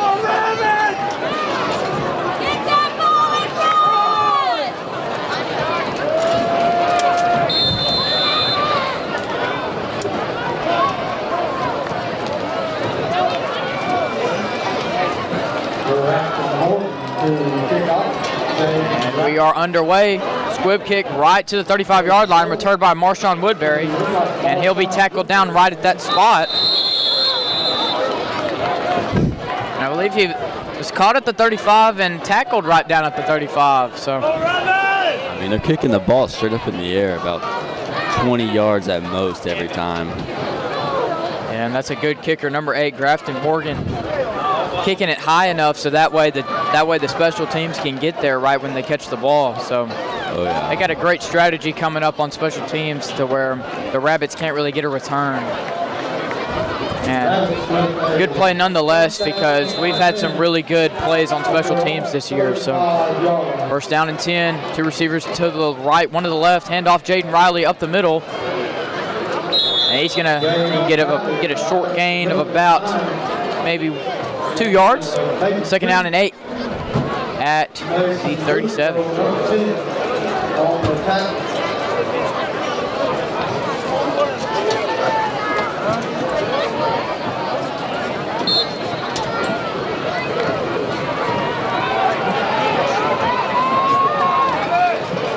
C.J. Whaley out back. Behind the line of scrimmage, two yards to the left. Braden Thompson, plenty of time to throw it. He's going to throw the screen off to C.J. Whaley. And tackled back down, about a loss of 2. Good catch by C.J. Whaley, just unfortunately caught the ball about 5 yards off the line of scrimmage. Brings up a 3rd down and 9. Come on, man!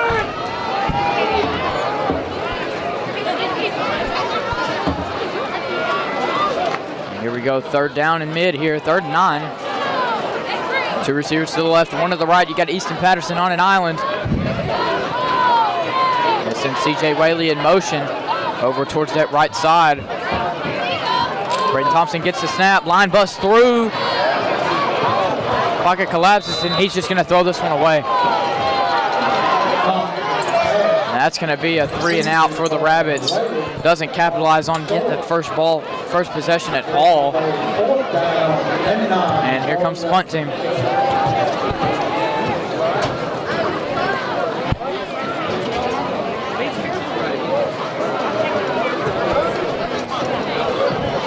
You know, you just got to give your quarterback more time than that so he can execute and get you a 1st down. Yeah, it happened all first half too. Those pass plays, you got to give your quarterback some time to throw the ball. Braden Thompson can make those caliber throws as well. Got a very accurate arm and a decent arm as well. Good punt by C.J. Whaley. Takes a rabbit bounce inside the 20-yard line. So Gladewater will take over here, but however, deep in on their own side of the field. If you haven't noticed, Gladewater has not been putting a guy back deep, and that's been a big, a missing point for Atlanta, because they could really be pinning them down deep, making them drive the field a lot further than 50, 40 yards than what they have been.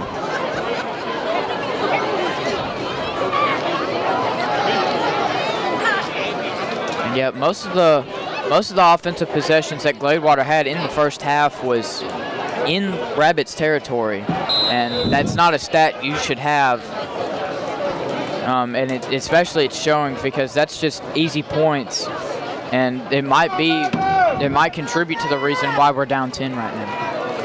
1st down and 10. It's going to be a handoff to the fullback, Jeremiah Flanagan. He gets a short gain of about maybe 2 yards. He ends up getting 3 on the carry, so it'll be 2nd down and 7. And you know, about the field position, if you think about it, the 3 scores Atlanta had on Liberty Ilo very fast were because of field position. Exactly. Rabbits went up 21-0 off of getting the ball inside the 10-yard line, and just off of silly mistakes that Ellie had first quarter early, and they were able to keep that lead until the end of the game. So this is another handoff to the fullback. He gets tackled down at about the 22-yard line, looking at about a 3rd and short here. 3rd down and 2. Rabbits get the stop here. I think Gladewater's too deep back in their own territory for them to try to go for it here. Might go for it if it's like a 4th and inches call, though, however.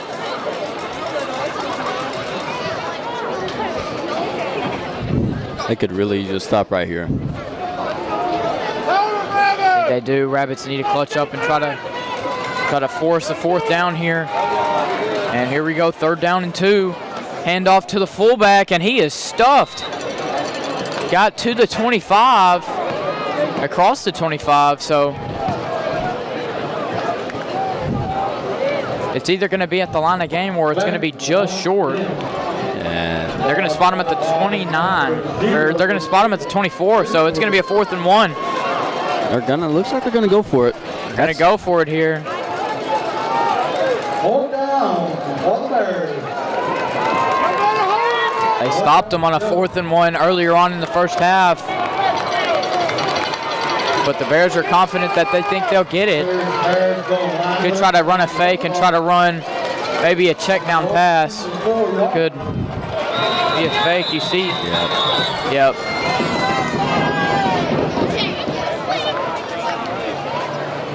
Timeout Gladewater. Yeah, you saw a signal from one of the receivers going out wide. Rabbit saw it and instantly called a timeout. So good catch by the Rabbits and good timeout there.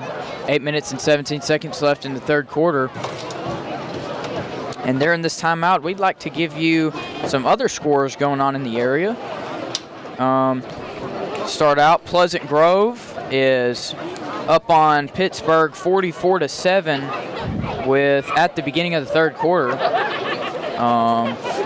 Gilmer is beating Longview Spring Hill 42-21 at halftime. Sims Bowie is beating Linden Kildare 56-8 at halftime. Liberty Islo is beating Jefferson 28-12 in the third quarter. That's a good game. Hooks is beating Redwater 7-6 at halftime. Texas High is beating Jacksonville at 49-0. DeKalb is beating Queen City 44-0 in the second quarter. Good move. Carthage is beating Rusk 56-0 in the second quarter. And Longview is beating North Forney 28-21 in the second. So managed to squeeze out that 1 yard that they needed, enough to move the chains for a first down for Gladewater.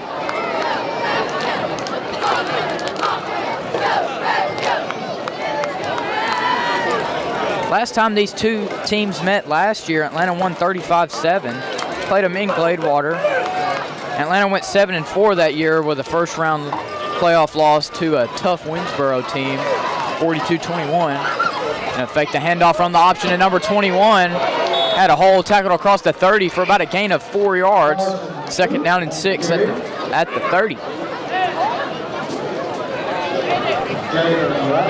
And Gladewater went 4-6, finishing 5th in district, and they didn't make the playoffs. So Gladewater making a complete turnaround from last season to this season, as they went from not making the playoffs and a losing record to competing for a district championship title. So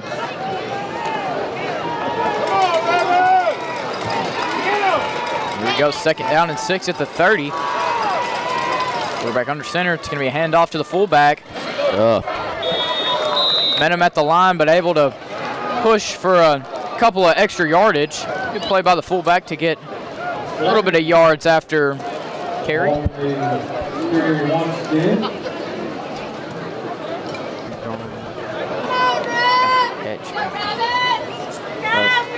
Looking at another 3rd and short here. And Ian Rioja on the tackle brings up a 3rd down and 3.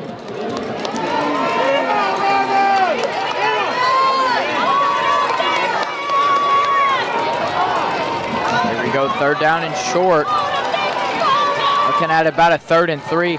It's going to be a handoff to the running back, Carson Cooper. I think he'll have the first down. I mean, he did get tackled about across the 35, and yep, that'll move the chains once again. First down Gladewater.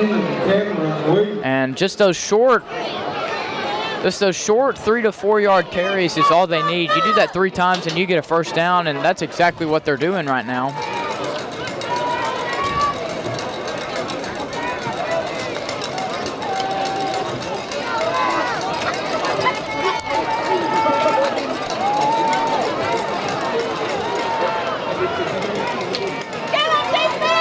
Here we go, first down and 10, handoff fullback, and he has a hole, gets to the second level, still not being tackled down, and he'll be tackled across the 45 into Rabbits territory for a first down and more.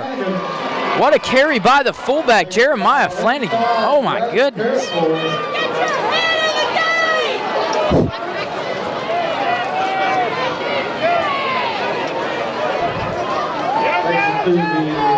Five and a half minutes to play in the third quarter. Gladewater's really chewed off some clock this game. First down in Rabbit territory at the 43. One receiver over to the left. And off to the fullback again. And he gets a big chunk of yardage right there. So he'll get about 5 or 6 on the play. Been averaging probably 6 yards a carry so far this second half.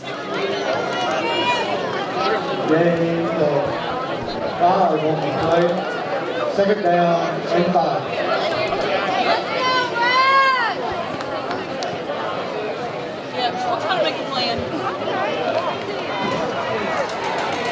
Second down and 5.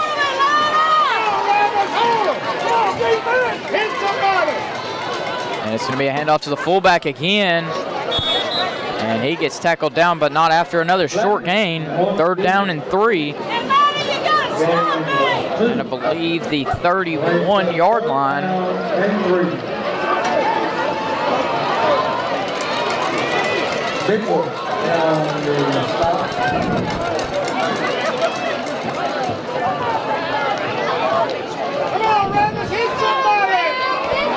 Here we go, third down and 3 at the 36-yard line. And it's going to be a handoff to the big tight end, number 6, but he gets stuffed. Stuffed up the middle, and excuse me, that was number 8, Grafton Morgan on the carry. And he gets stuffed at about the line of gain, looking at about a 4th and short. Gladewater's on the Rabbit side of the field, so pretty sure they're going to go for it here, and they will. 3.5 minutes to play in the third quarter. Defense could stop a long drive.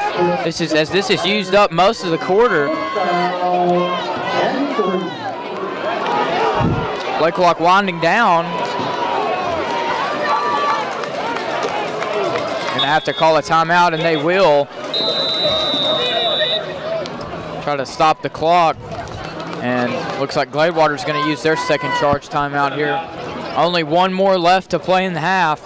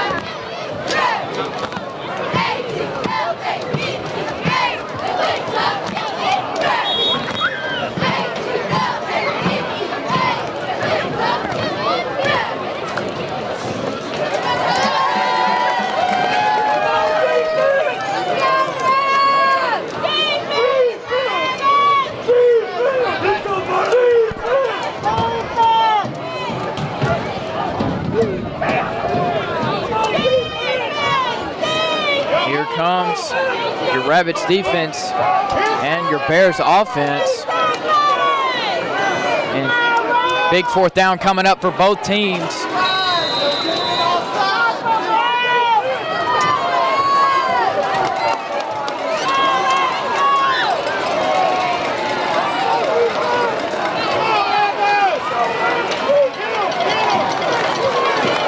And here we go, fourth down and 3.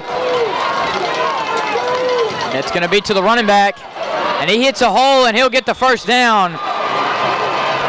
Handoff was to Carson Cooper, and he got to the second level and got the first down and more. So they're going to keep the clock rolling, and they're going to move the chains. First down and 10 at the 38.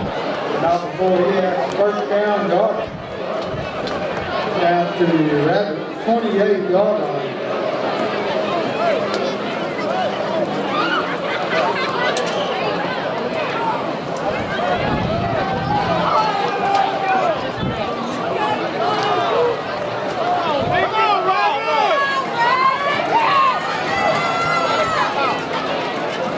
Go first down and 10. It's going to be a handoff to the fullback. Gets another 5 yards once again. And his helmet came off, so he's going to have to sit out for a play.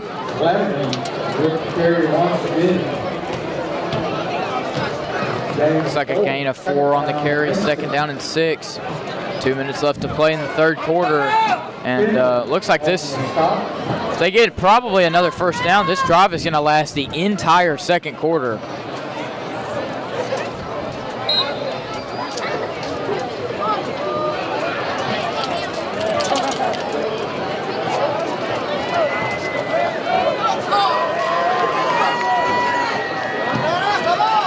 Here we go, 2nd down and 6. It's going to be a handoff to Carson Cooper.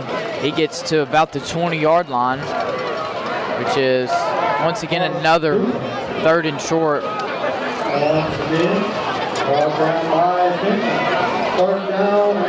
It's going to be a handoff to the running back. It's going to be a first down and more. And Kason Bird, good tackle. He saves a touchdown, but not after Carson Cooper gets inside the 5-yard line. It'll be 1st and goal for the Bears.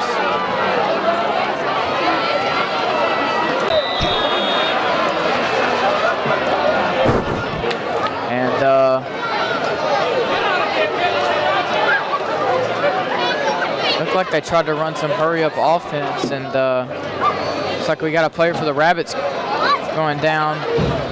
Looks like that's number 18, Cameron Williams.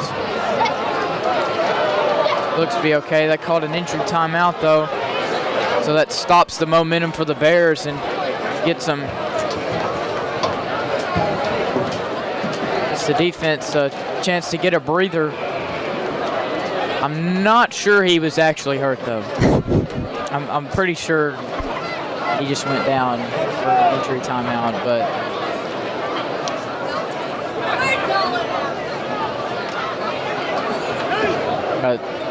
that's a smart play. Yeah. It gives you free timeout for the offense, so I think everything turned out to be good.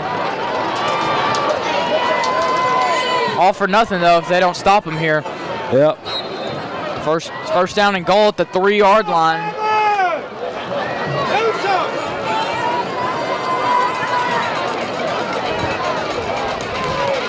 And it's going to be a handoff to the running back. Makes a cut inside and walks into the end zone. Touchdown, Bears. And Gladewater's going to extend onto their lead late here in the third quarter, 26-10. 1 minute and 8 seconds remaining in the third quarter. They're going to set up the PAT here. Here's score now. Bears 26, Rabbits 10.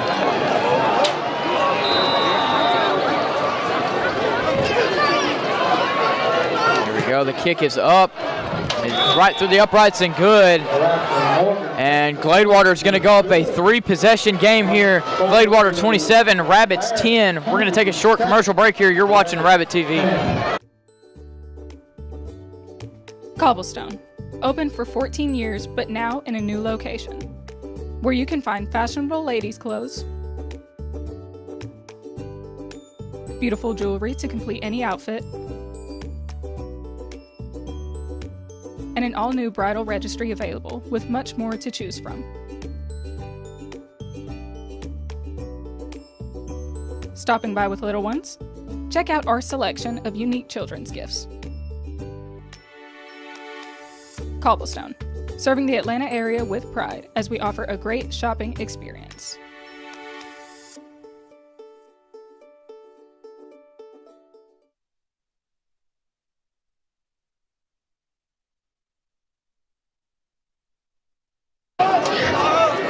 And we are back, ladies and gentlemen. Here come your Gladewater kickoff team as well as your Rabbits kickoff return team.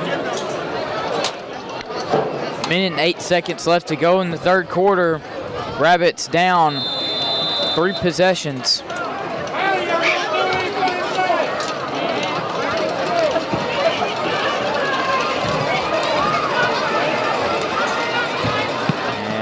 This one is going to be a long kick, and that's going to fly into the end zone. And that ball is booted. Rabbits are going to get a touchback here at the 25, however. They're going to start their offensive possession here. First down and 10 for the Rabbits. have some magic happen. We need to start scoring. We need to start scoring fast if there's any chance we can get ourselves back into this game. Got to score this quarter.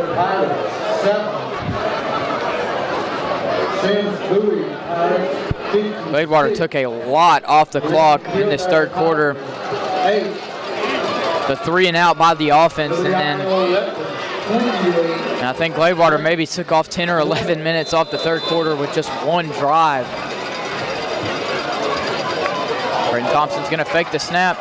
Screen pass to Jaden Riley. He has some running room, and he's across the 25, across the 30, making some cuts, making some people miss, and he'll be tackled across the 35 for a Rabbits first down. Great stop. Great start to this offensive possession, and we got a player from Gladewater down.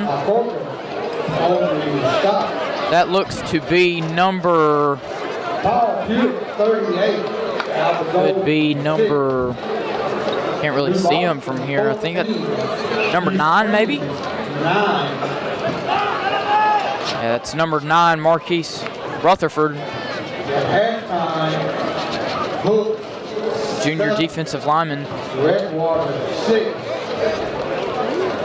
And at halftime, the Cal Bears 50.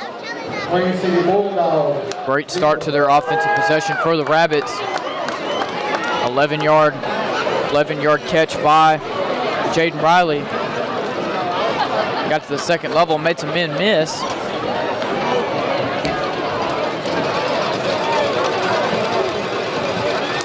And Rutherford looks to be okay. He's walking off the field. Doesn't look like he's in pain or anything. Might have just rolled his ankle. Hopefully he'll be back in a couple of plays.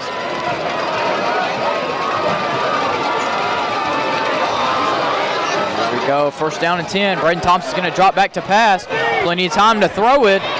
And picked off, but just dropped, just out of the hands of number 5, Maddox Vasquez. That pass was intended for the fullback, Liam McKinney.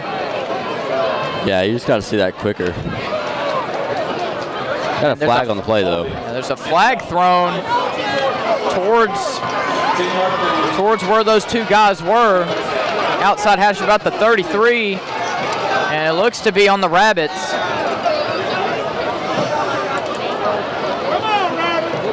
And yep, it's going to be, looks to be a holding call for the Rabbits, so that'll send them back 10 yards. It'll be first and 20. As if this game couldn't get any worse for the Raps.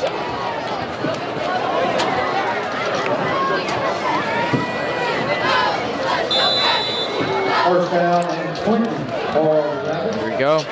First and 20 for the Rabbits. Braden Thompson's going to drop back to pass. The line busts through. It's going to be a screen pass to Marshawn Woodbury.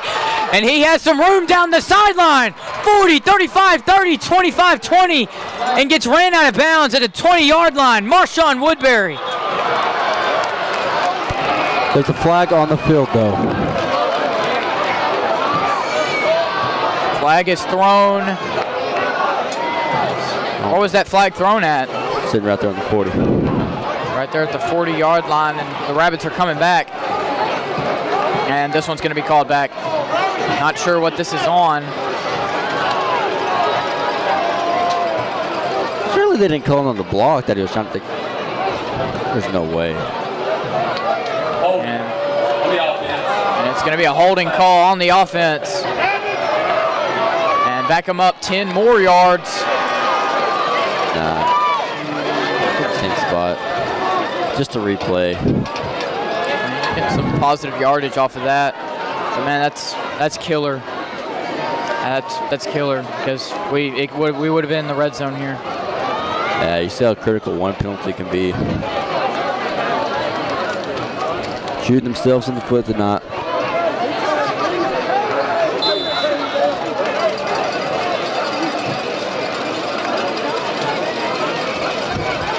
First down and 17 for the Rabbits. Marshawn Woodbury is subbed into the game. And Thompson's going to drop back to throw, looking for Jaden Riley, and it is caught! Oh my goodness! Oh my gosh. No flags either. They're going to get first down and more into Gladewater's territory. What a catch by Jaden Riley. Yeah, someone clipped that. It looked like he ripped it out of the defender's hands, too. On top of I think him, that was originally into the hands of Destin Shreeden. Took the 50-50 ball. Great throw and catch from Braden Thompson to Jaden Riley. It'll be first down and 10 at the 42-yard line. 42-yard line.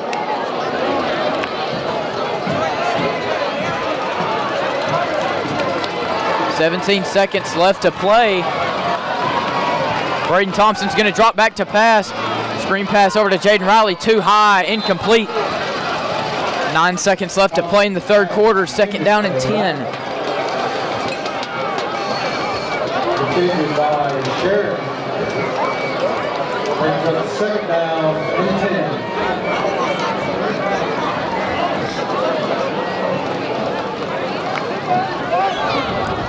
Go second down and 10. C.J. Whaley out towards the right. Jaden Riley out towards the left. Riley's being used at receiver this possession. And Thompson looking to throw. Man. Intended for C.J. Whaley, but just thrown out of bounds. 3 seconds left to play in the third. Third down coming up. So out of bounds. That'll bring up third down and 10.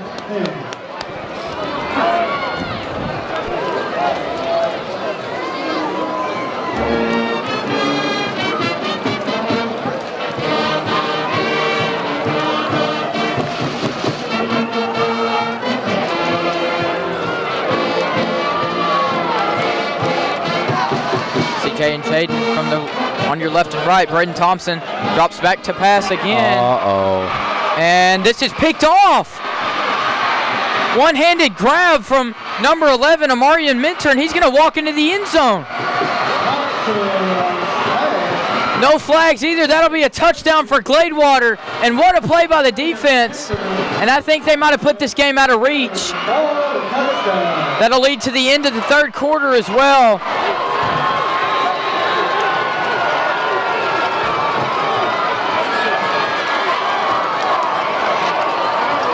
Last play of the third quarter.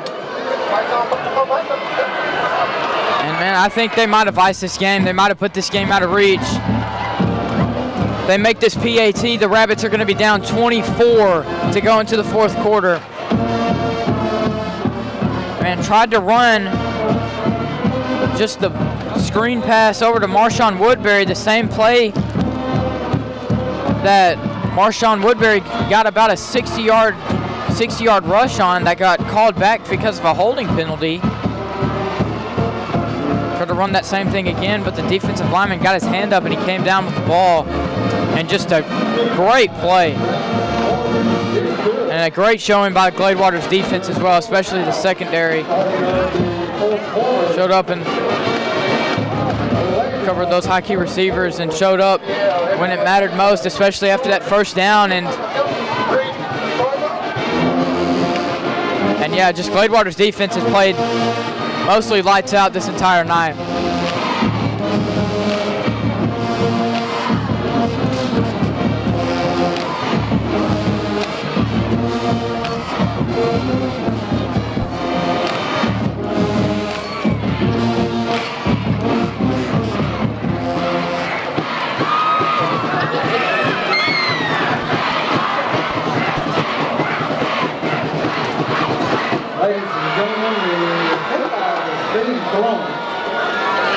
Comes Gladewater's kickoff team as well as your Rabbits kickoff return team.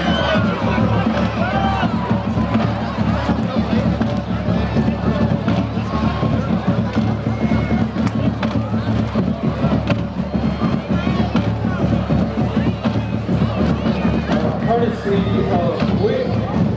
Looks like Healthy families, make healthy hearts. And a WIC wants to say thank you to our Rabbit community. Thank you for your support. that ball is sent deep. Jaden Riley's going to get a chance to get a return on this. Out across the 20 and tackled down across the 20 and about to the 24-yard line. It'll be first down and 10 for the Rabbits. First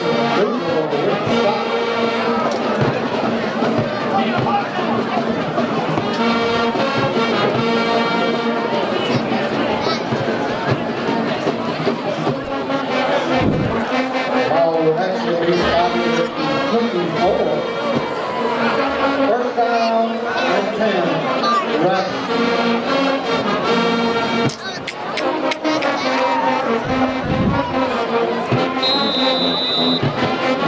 And here we go, first down and 10 for the Rabbits at the 24-yard line. It's going to be a handoff, and it's going to be a reverse to number 0, Caden Linwood, but the defense is all over that.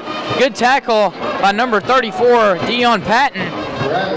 He's going to be met for a loss. And a big loss, too, about a loss of 6 yards. There's going to be... And there's going to be a timeout, an injury timeout for Gladewater.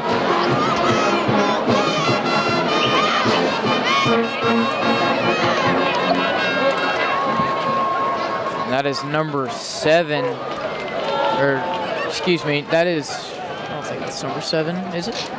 I can't tell from here. Can't see his number from here.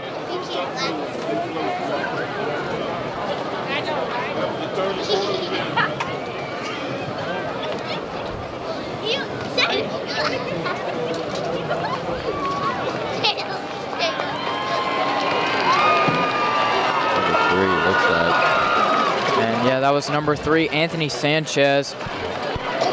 Hobbled off the field. Hopefully he's fine, and hopefully he'll be subbed back into the game. 11 minutes and 35 seconds left to go in the 4th. Looking at about a 2nd and long here.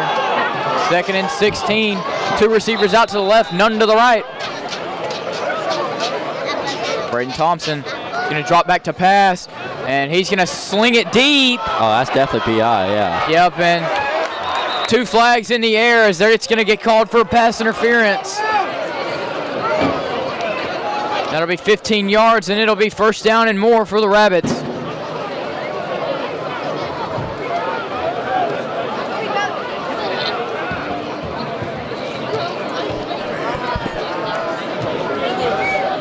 That 15-yard penalty will put us at about maybe the 33. 15 yards, automatic first down.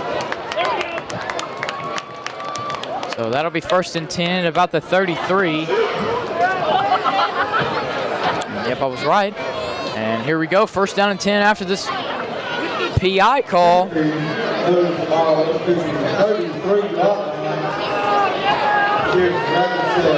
down and 10.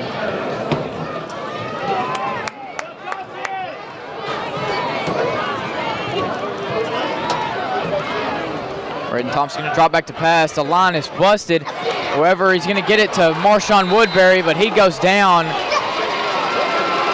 Tackled down at the 36 for a gain of 3 yards.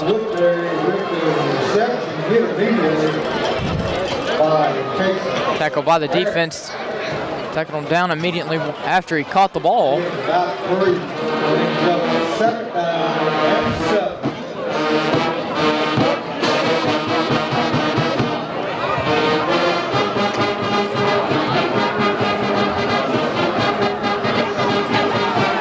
Second down and 7. Braden's looking to throw it. And was he in bounds? No, he wasn't. Good catch by Easton Patterson, but just couldn't get his feet in bounds. Second down and 6, or third down and 6, sorry.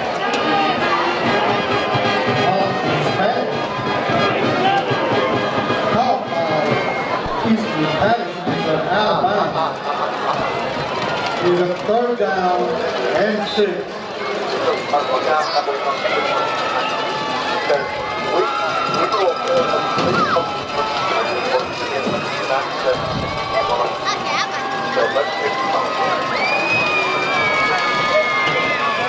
Here we go, third and 6.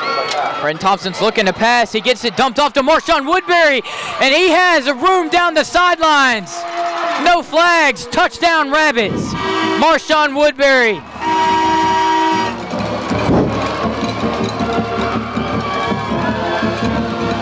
And makes up some of that makes up some of that lead. Plenty of ball game left to be played. 10 minutes and 33 seconds left in the fourth quarter. We're going to go for 2 here.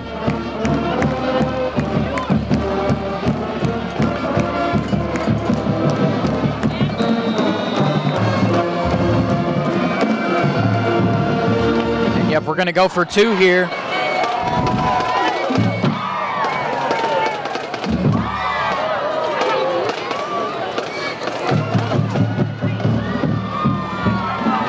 Braden Thompson's going to get the snap. Fakes to Marshawn Woodbury. Rolls off to his left. And caught in the end zone. Easton Patterson. That 2-point conversion is good.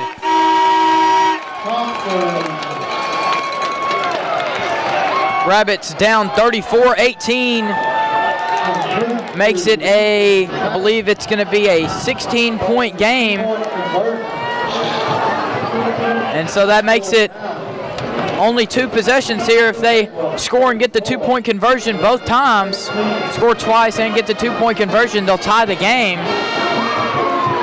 They have to do that in the matter of 10.5 minutes. And how Gladewater's offense is, it runs off a lot of clock. However, they do have all 3 of their timeouts still, but it's going to be tough, but hopefully the Rabbits can make some magic happen. We're going to skip this commercial break, but we will thank our sponsors, Dylan Thompson Wealth Management, the iGuys of TXK, Red River Lumber, Price Hardware, and the Downtown Merchants Association, and don't forget to shop local.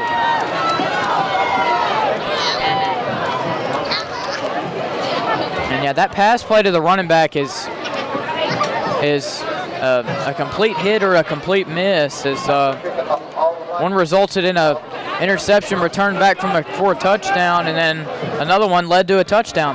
Yep. So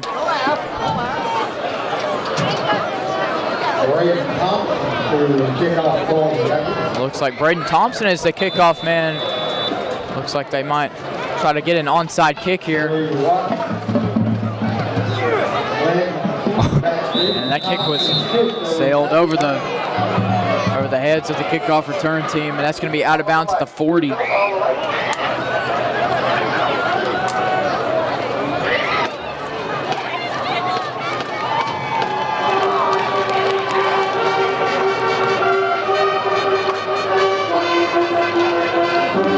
Gladewater is going to be first down and 10. 5-yard penalty or 10-yard penalty from the spot.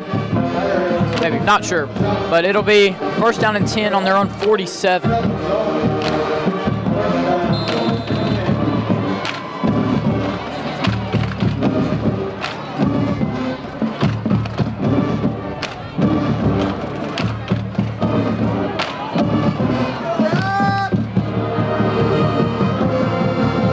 First down and 10.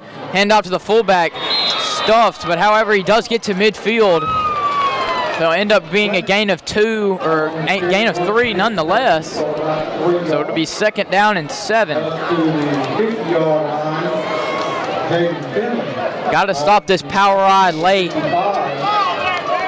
Need to stop them quick on defense. If you can force a 3 and out here or a turnover, that'd be great.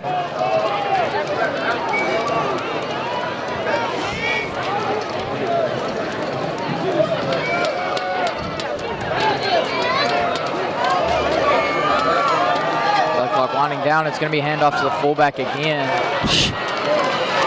But no, quarterback keeper for himself, Achilles Hess, took it for himself. He'll get the first and more.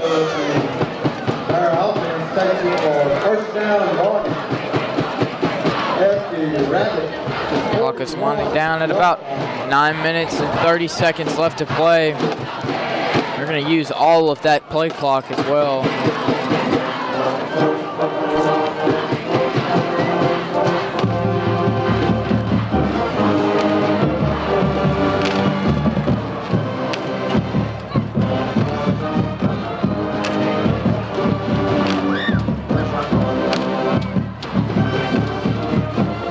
Off to the fullback. Patient found some running room and gets tackled across the 35.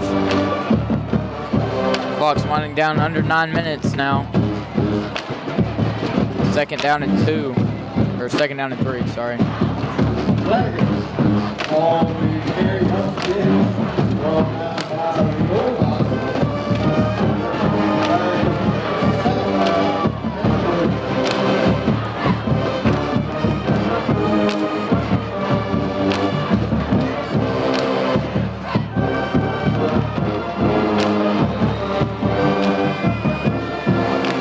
Go, second down and 3. And it's going to be a handoff to Carson Cooper, and he gets a cutout to the outside, inside the 15, and tackled down at the 10-yard line. First down and goal. Looks like ball's out. And the ball's out. Looks like TJ Rainey might be on it. Carson Cooper. And it's Rabbits' ball. Rabbits get the turnover. They managed to poke the ball out. And the offense is going to take over. 8 minutes and 17 seconds left to play. And that's exactly the play the defense needed here. What a play. Best case scenario right there. And did TJ Rainey make the tackle on that play too? Yeah. Forced the fumble and recovered the fumble. And what a play by that sophomore defensive back.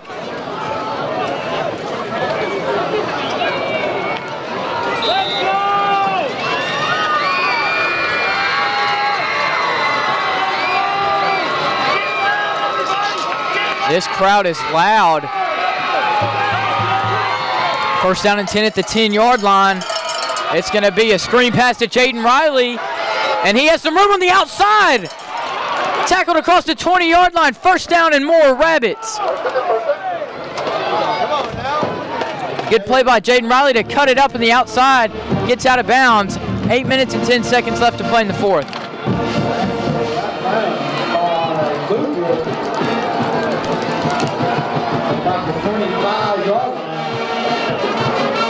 Here we go, first down and 10 at the 25.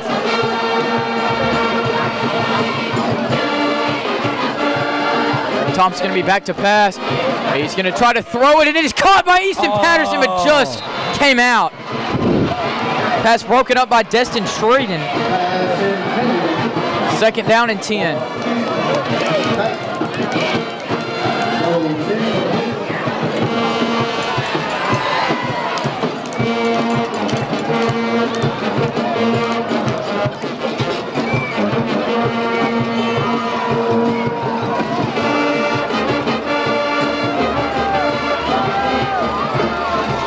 TJ Whaley is out of the game right now.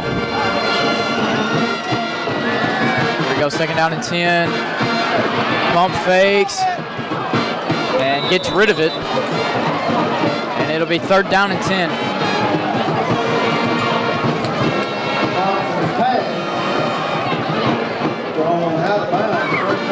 Third down and 10.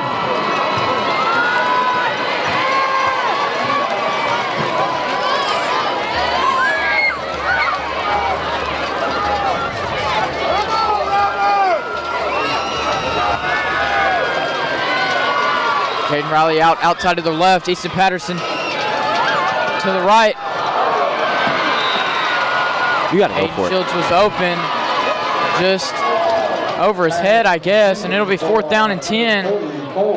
They're leaving the offense out there. Yeah, if you want a shot in this game, you got to go for it. Yeah, I don't think you give the ball back to Gladewater here. And CJ is out, but I'm not sure what's wrong with him. Must have went down on a play, I'm guessing.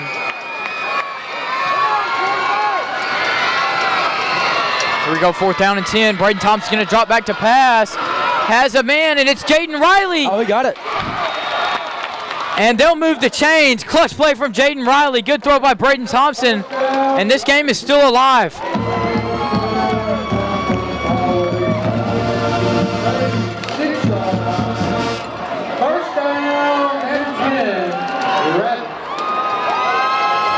Here we go, clock's winding down. 7.5 minutes to play in this game. Rabbits still down by, I believe, still down by 2 possessions. And here we go, first and 10 at the 36. Braden Thompson's going to drop back. Oh. Tried to run that screen pass again to Marshawn Woodbury, but it was just overthrown.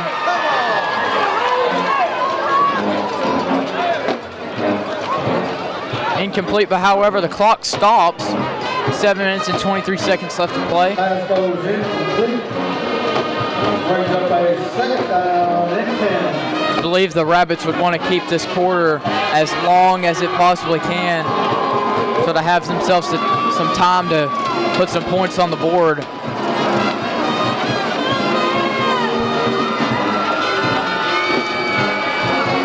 There goes second down and 10. Braden Thompson's going to drop back to pass, and he's going to scramble and slide down at the 38.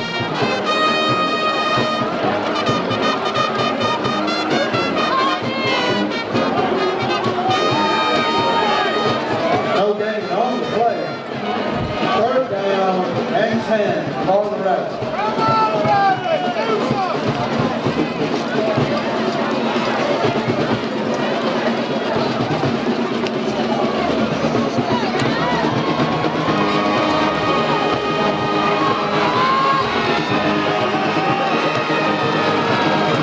Third down and 10. 36-yarder. Try to dump the screen off. Jaden has some room to run. Makes a couple cuts. Out across the 50-yard line. First down and more Rabbits. And they'll blow him dead into Gladewater's territory.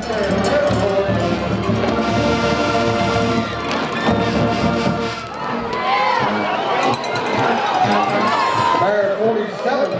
First down and 10. First and 10 at the Gladewater 48-yard line.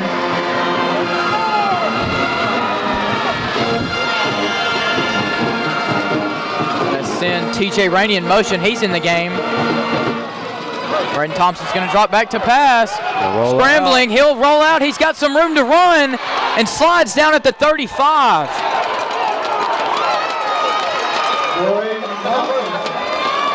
He will move the chains, though, and that's the important part.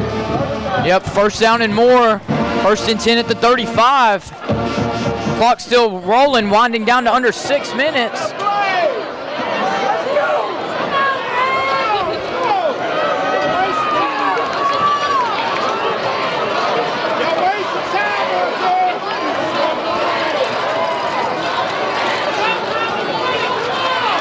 Two receivers to the left, one to the right.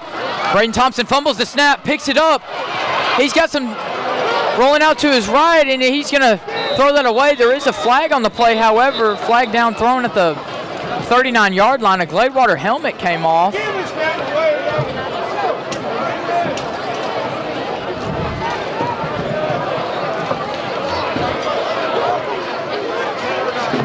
Holding.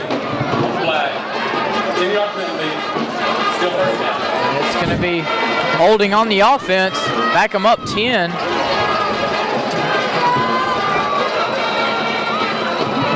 Can't shoot yourself in the foot right now. Definitely not, especially with only 5.5 minutes left to play in the fourth, and you're down by 2 possessions. And it'll be first and 20 at on the Gladewater 45-yard line.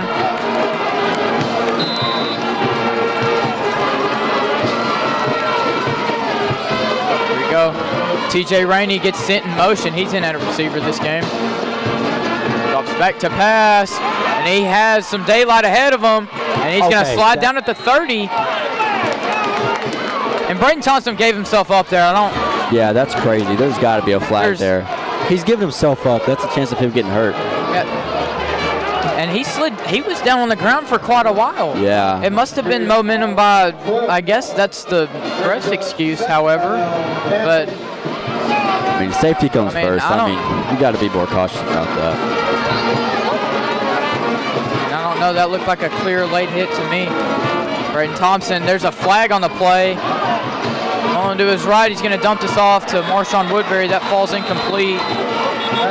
But there's going to be a flag. Maybe offsides. Inside the 30.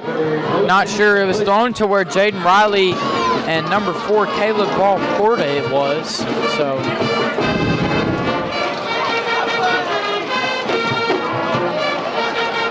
Illegal formation. That penalty is declined. Third down. Legal formation. The penalty is declined. Third down and 8 on the 33-yard line.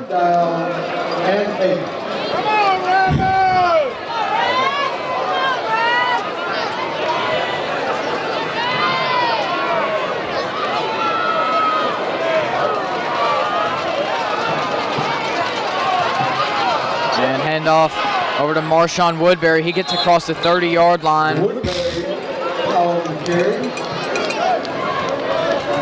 Brady Watts with the Clock's winding down under 4.5 minutes. I'd run some hurry-up offense here, or at least use a timeout here. yard line. Looking at about a 4th and short at the 28. And 3. Man, they are sucking this time up right now.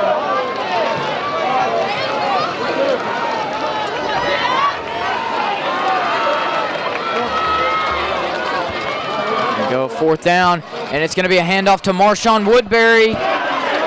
And he's going to push the pile, and I think he got to the line again, and he will be. First down for the Rabbits. Move the chains. Clock's winding down under 4 minutes now. First down and 10 at the 23 or 22-yard line. It's about in between. It's going to be a handoff off to Marshawn Woodbury. He gets out across the 20. He gets a short gain. Handoff, however, clock is still going to be running.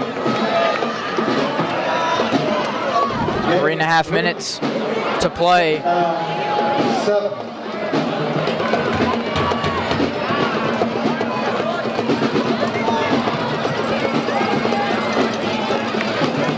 Two receivers to the left, one to the right. Braden Thompson gets the snap, drops back to throw. Looking for Easton Patterson. And incomplete. Easton looking for a flag there, but doesn't get one. It's going to be another 3rd down. Clock stops, however, and it's 3rd down, or 3 minutes and 10 seconds left to play. 3rd and 7. Rabbits with a 3rd down and 7.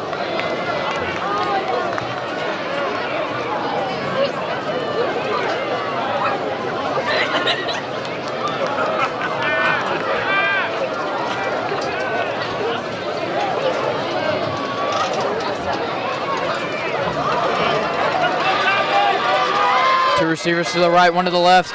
Braden Thompson's going to drop back to throw. Plenty of time, looking for someone, and just heaves it out of bounds. 4th down. 3 minutes and 3 seconds left to play.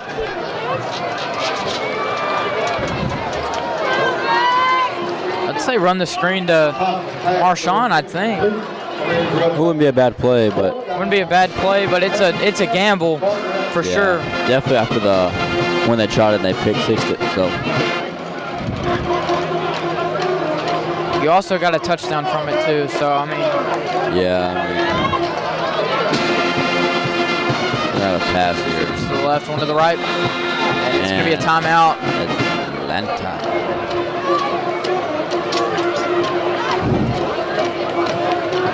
That's going to be, timeout, first charge timeout by Atlanta. Has 2 more this half.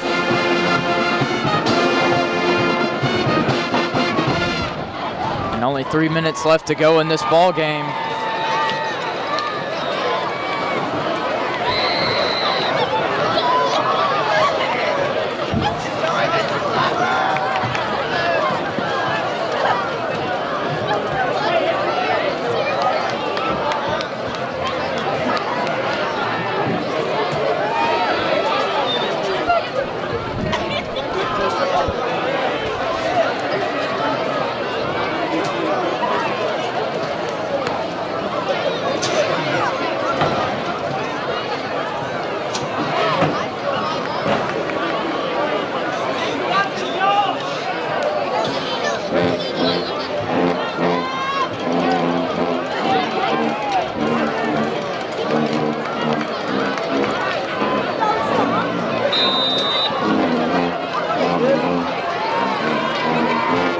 Go 4th down and 7.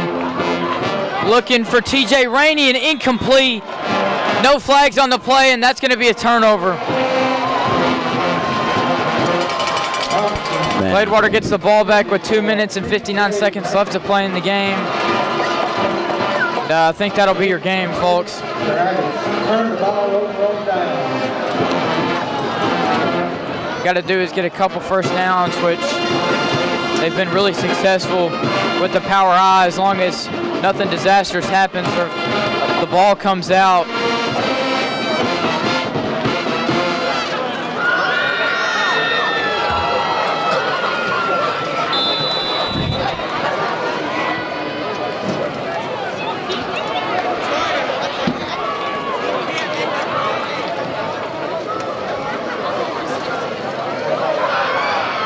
First down and 10. It's going to be a handoff to the fullback.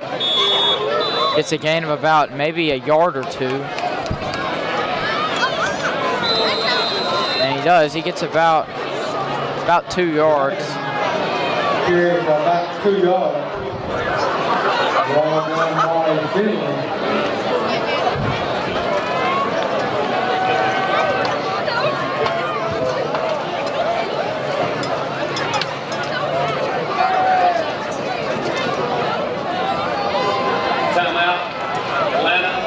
Please reset the game clock to 2:48. 2:48. Timeout by Atlanta. Game clock's going to reset to add 5 seconds on the clock. Atlanta only has one more timeout.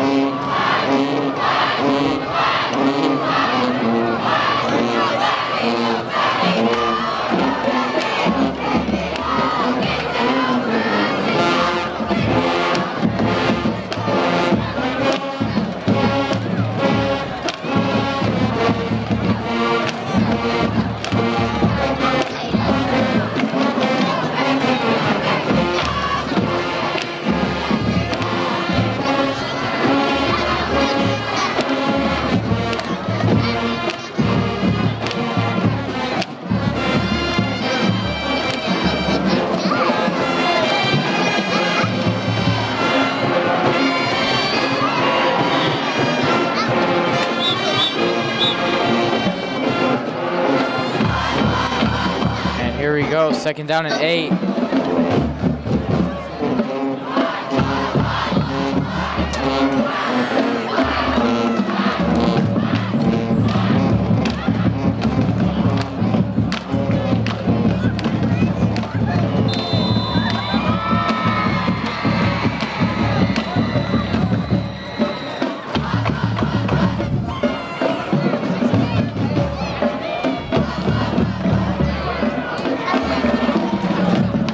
Second down, another handoff to the fullback. Gets about another short gain, and it'll be third down and 6. It's another short gain of 2. Just a little bit.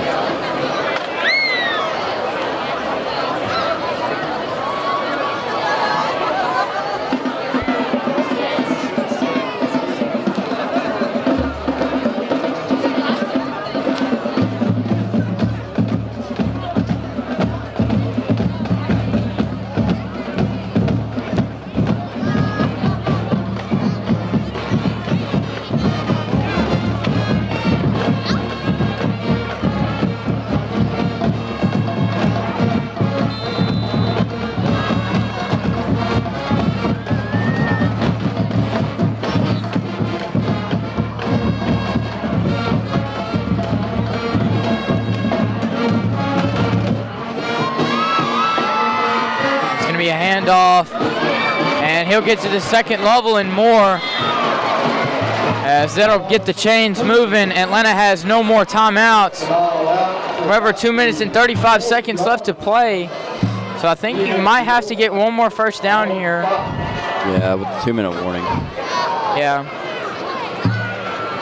I think they're going to run this all the way down to the 2-minute warning, however. Either that or they might try to get one play in.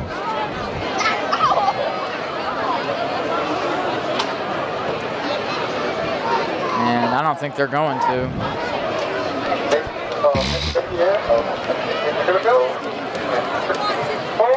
And yep, they'll run this down to the 2-minute warning, and I think that'll be your game.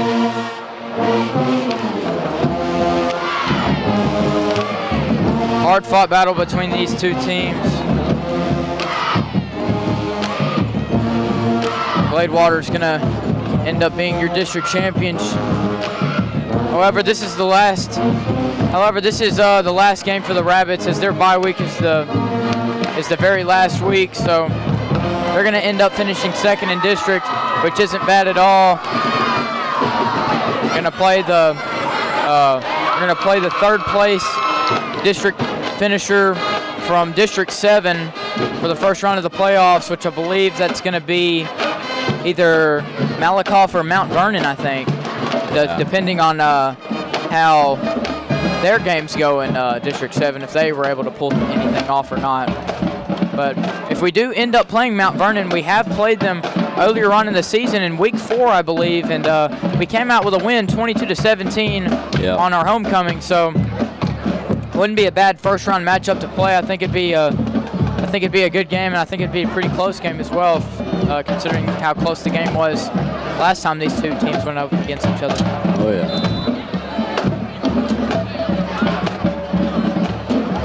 But just a great regular season from the Rabbits had. Looks like they're going to be in victory formation. And yep. Atlanta's had, I think, one of the best seasons they've ever had in I think a pretty long time. Maybe 5 or 6 years since they've ever been this good. And still, even after this game, this might not be the outcome that you'd want, but I still think you hang your heads high. You have a bye week going into the first round of the playoffs. I say just keep your heads high and get ready, shake this loss off, and get ready for the first round of playoffs. Oh yeah, no doubt. Because I have no doubt that I think both of these teams can have a pretty deep run, and there's a good chance that they might face each other again deep out in the playoffs. So. Oh yeah, I wouldn't view this as a setback either. I think this is just putting more momentum in their team. They haven't lost since week 1. This is going to get them bitter. So.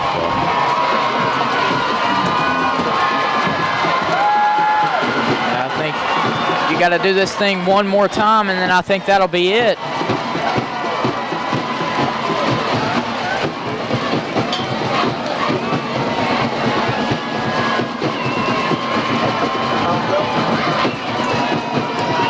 Rabbits tried to make a last effort, but when you're playing down 24 into the fourth quarter, it's really hard to do. So, and I think, yep, and that'll do it. Gladewater will be your district champions, folks.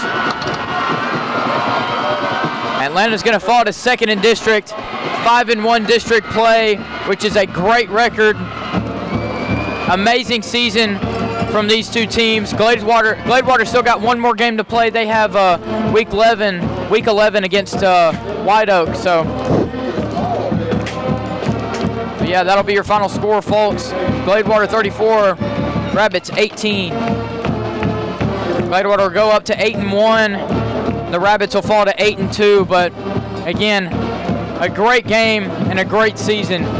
And a great regular season by both these teams, and I'm looking forward to watching both of them and hopefully calling the game for the Rabbits for their first playoff game. So, anyways, that's all I need to say. You got anything to say, Nick?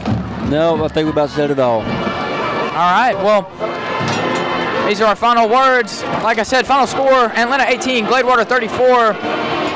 We're your hosts, Landry Blythe. And Nick Nash. And this is Rabbit TV, signing off.